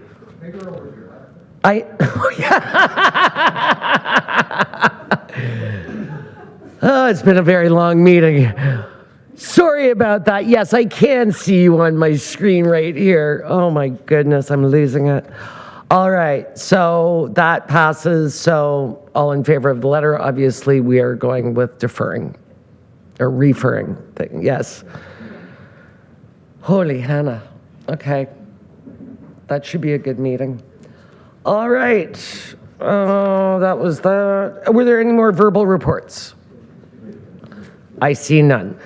So we do have a closed session, so I've got a recommendation that pursuant to Section 239(2)D of the Municipal Act 2001 as amended, the Corporate Services Committee moves into a closed session to discuss labor relations or employee negotiations, QP 4425 at 2:57 p.m. May I have a mover and seconder, please? Moved by McNabb Brayside, seconded by Head Clara Mariah. All in favor? We are in closed.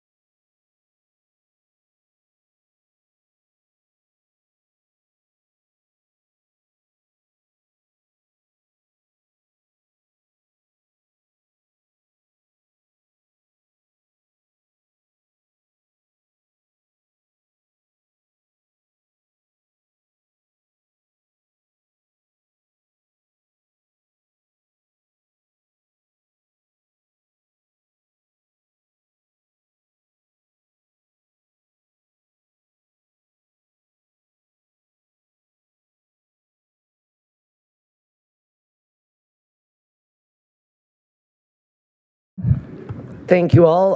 Direction was given to staff to negotiate a QP